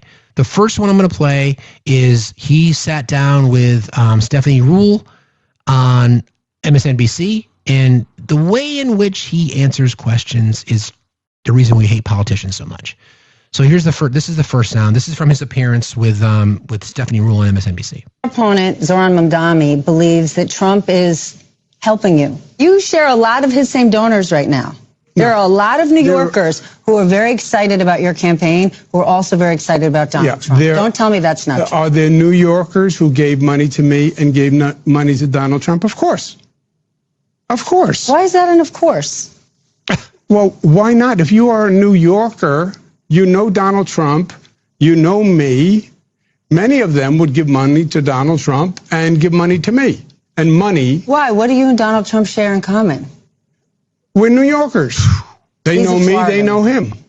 I'm surprised by this. You think that something about Donald Trump makes someone give Donald Trump a check and Andrew Cuomo a check. What is that thing that the two of you both share? I think there are people who know him and people who know me. I think what are those things? The personal knowledge. He lived here. I live here. Oh, my God. You may be a friend of Donald Trump. You may know me. You may contribute to him. You may contribute to me.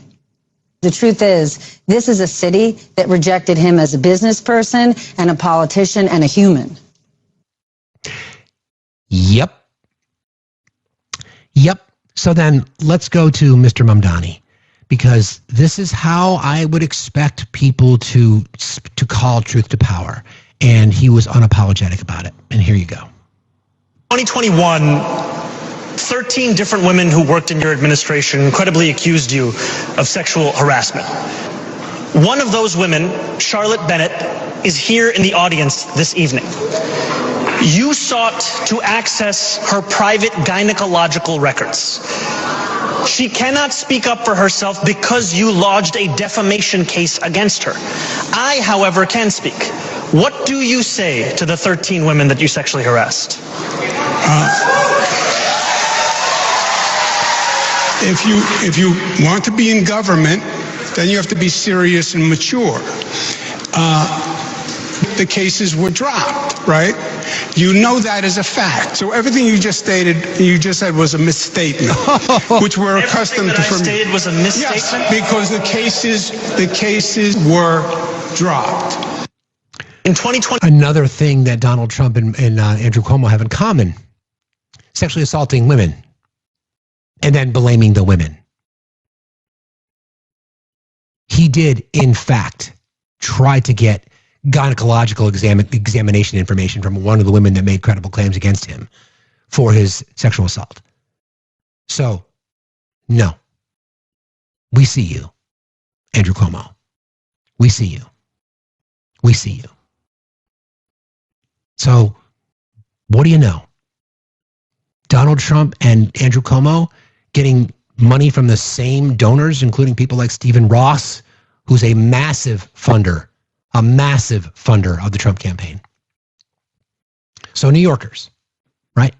New Yorkers. Status quo Democrat New Yorkers, you're afraid of what? Public transportation? Free public transportation?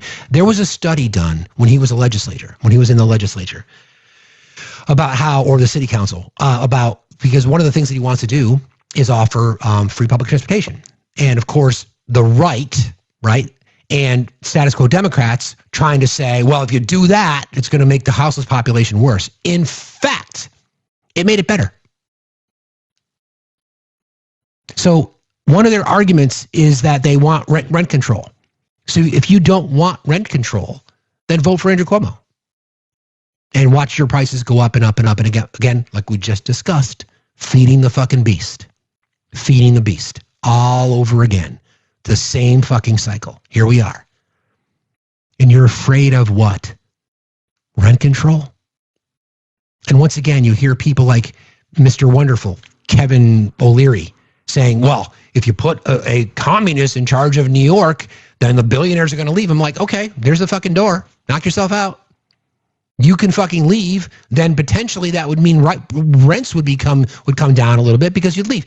You know what? The billionaires in New York, the multimillionaires in New York have been promising to leave for a long fucking time. Okay, get the fuck out. Stop complaining.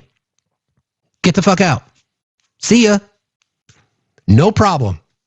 And in the past, that messaging has worked. It's not working anymore. You don't like it. Get the fuck out. Well, you need it. No, we don't fucking need you. No, we need rent control. We need affordable housing. We need free public transportation. We need more high-paying jobs. We need more health care. We need to make sure that the houseless population is taken care of, especially those who are suffering from substance use disorder, especially those who are veterans. That's what we need. We don't need fucking billionaires. Not a one. Not a fucking one. We don't need that. You need tax breaks to shelter your fucking money. You need people to not pay attention. We fucking see you. We don't need you. You need us. We don't need your fucking bullshit. You need our fucking labor.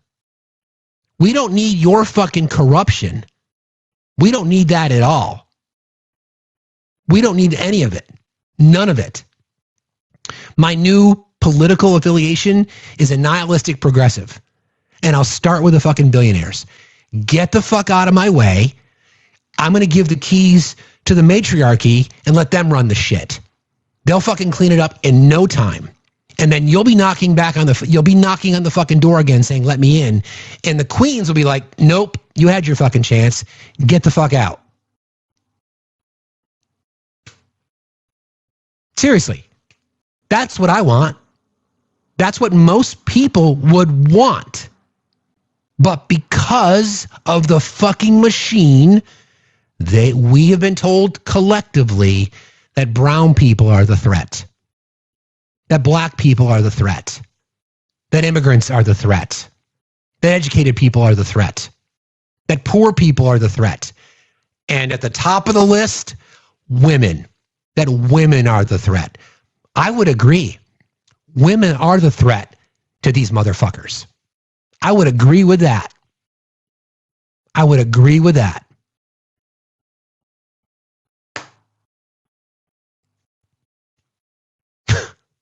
Do you think 47 million Americans would be food insecure if women were in charge?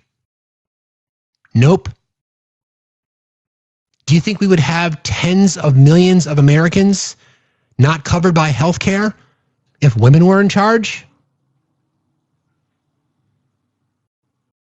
Nope. What am I looking for here? Okay. Do you think we would have an underfunded public education system if women were in charge? Fuck no. Fuck no. Do you think we would have all these cracks that the billionaires take advantage of in our social safety net if women were in charge? Fuck no. Nope. Look at the countries who are progressive.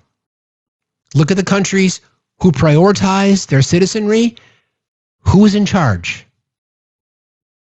The fucking queens. They're the ones that are in charge. Every time we look around at the corruption, what do we see? White men, for the most part. Yeah, never mind for the most part. It's always.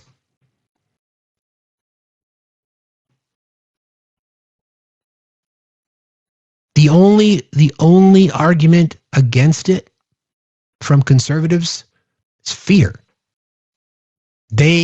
We've heard people, I forget his name, but we've heard the Christian nationalists say, if I was in power, I would not let women have the right to vote.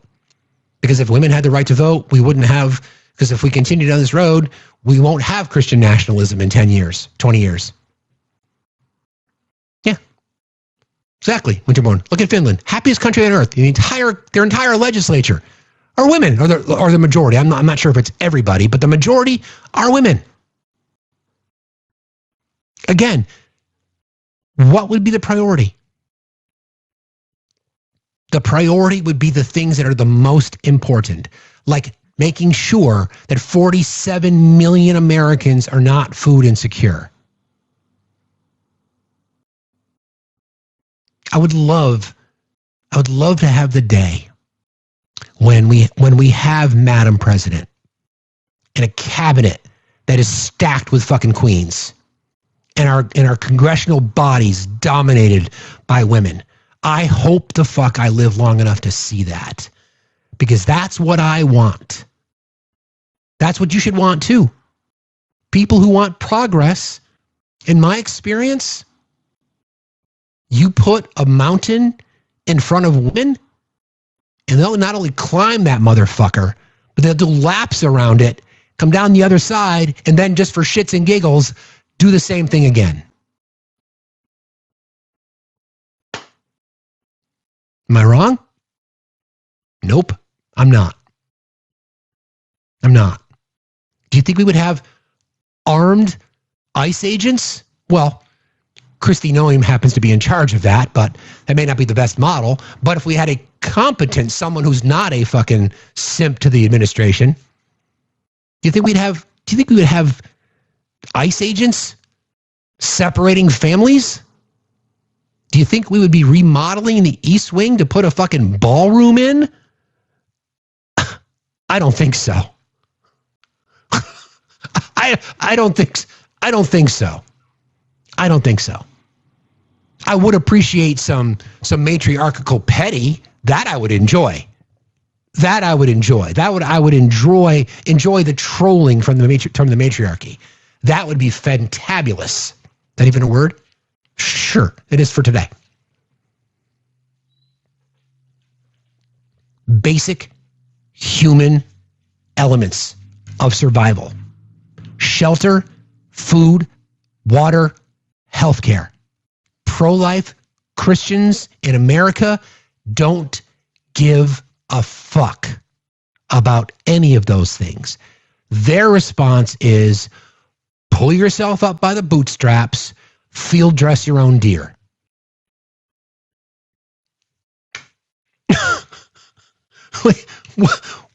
What the fuck are we asking for other than that?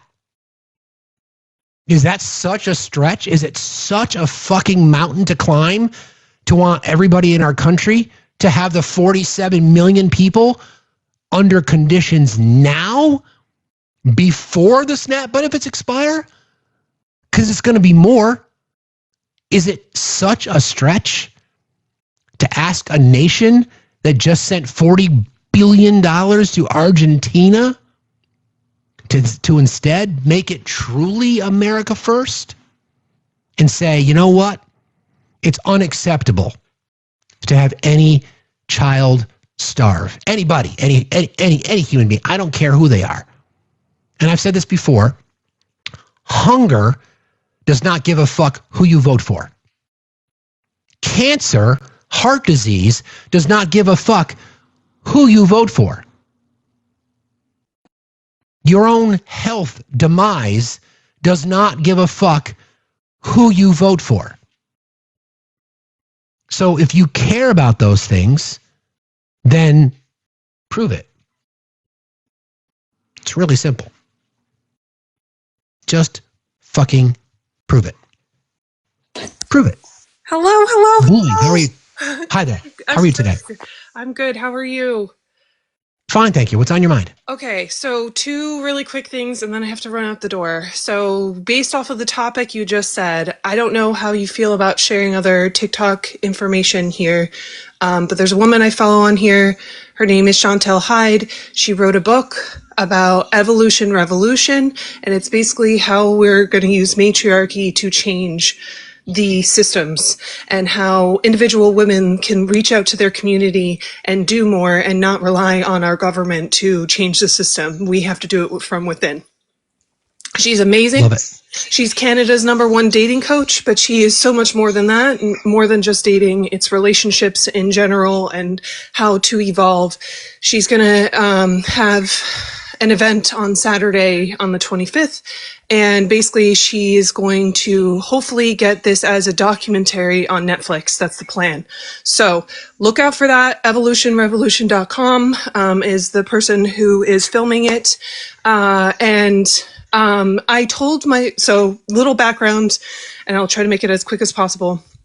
I told my boyfriend what you were saying about healthcare and insurance, and telling him, United Healthcare is the best way forward, that there's 22 nations out of 23 nations. We're the only one that doesn't have this, and this is ridiculous. And of course, he gives me back the whole that'll never work propaganda bullshit that he's been fed, right?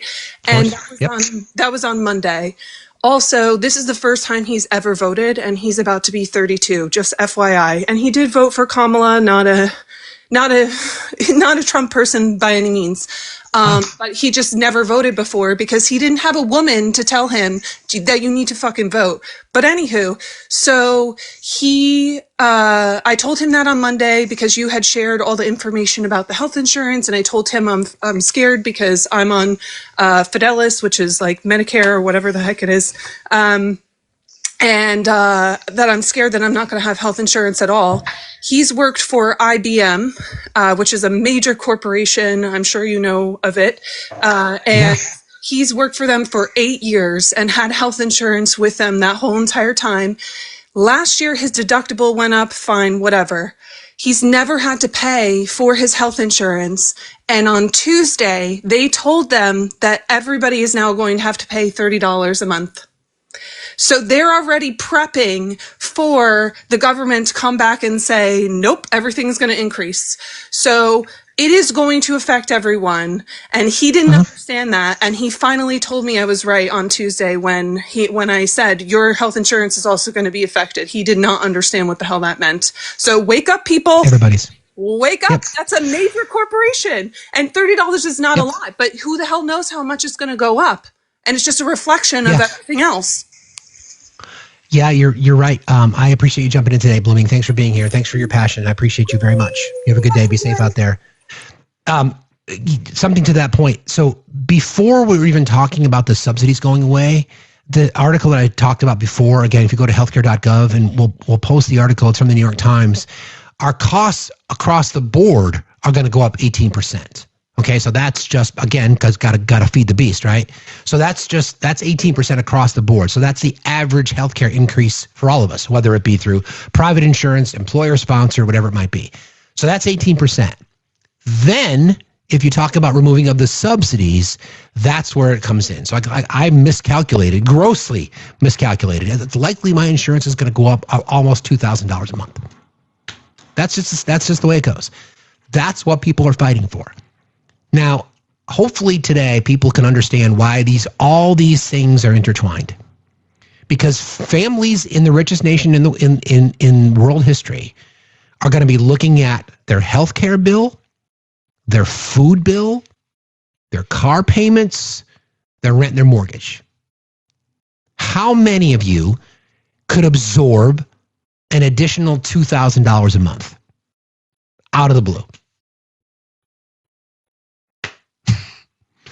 The answer is what? Maybe 1%? 2% of you? Maybe? Exactly. And that affects everybody. Everybody. And what do we want? What do we want? We just want to be able to fucking live our lives. I mean, and that's just my scenario. I've read stories where their monthly rates are going to go up even more than that. And I just don't think MAGA truly or people who are not participating truly understands. And I've tried to explain it, and I'll briefly summarize, and I have to drop just a little bit before 11:30 because of capitalism. Ironically enough, sadly, but it's true. When our costs go up, either through Medicaid, Medicare, and or the ACA, what's going to happen is that more people are going to end up being uninsured because they're not going to be able to afford those premiums. Medicaid subsidies will be cut. Medicare subsidies will be cut. So hospitals are going to be seeing more people who are uninsured under EMTALA, because EMTALA was what's the emergency medical, I forget what it stands for, but EMTALA was signed into law in the 1980s by Ronald Reagan. What people on the right don't realize is that EMTALA is not just for undocumented people. It's also for people who don't have insurance at all or can't afford to pay. So that's the ACA helped put more people on insurance, right? So that's what it did. Even though it's far from perfect, but it's like 65 to 68% of the people who are on it now see it positively. And the overwhelming majority of recipients that are on the ACA are voted Republican in the last election. Okay? So again, because hospitals are not going to get are not going to be able to get hospitals will be reimbursed for people who don't have health insurance, right? The cost, because they're going to have to spread that cost over somebody. Everybody's costs will go up. Everybody, not just the people that are on the ACA, not just the people who are on Medicaid, Medicare, but people who are on private insurance and people who are on employer-sponsored insurance. Because that's when you have a for-profit system, that's what happens. I don't know how we can get that message through, but the MAGA Republican government shutdown, okay, is forcing every American's health insurance cost to skyrocket. If you think I'm wrong about that, then please challenge me, because that is capitalism. The responsibility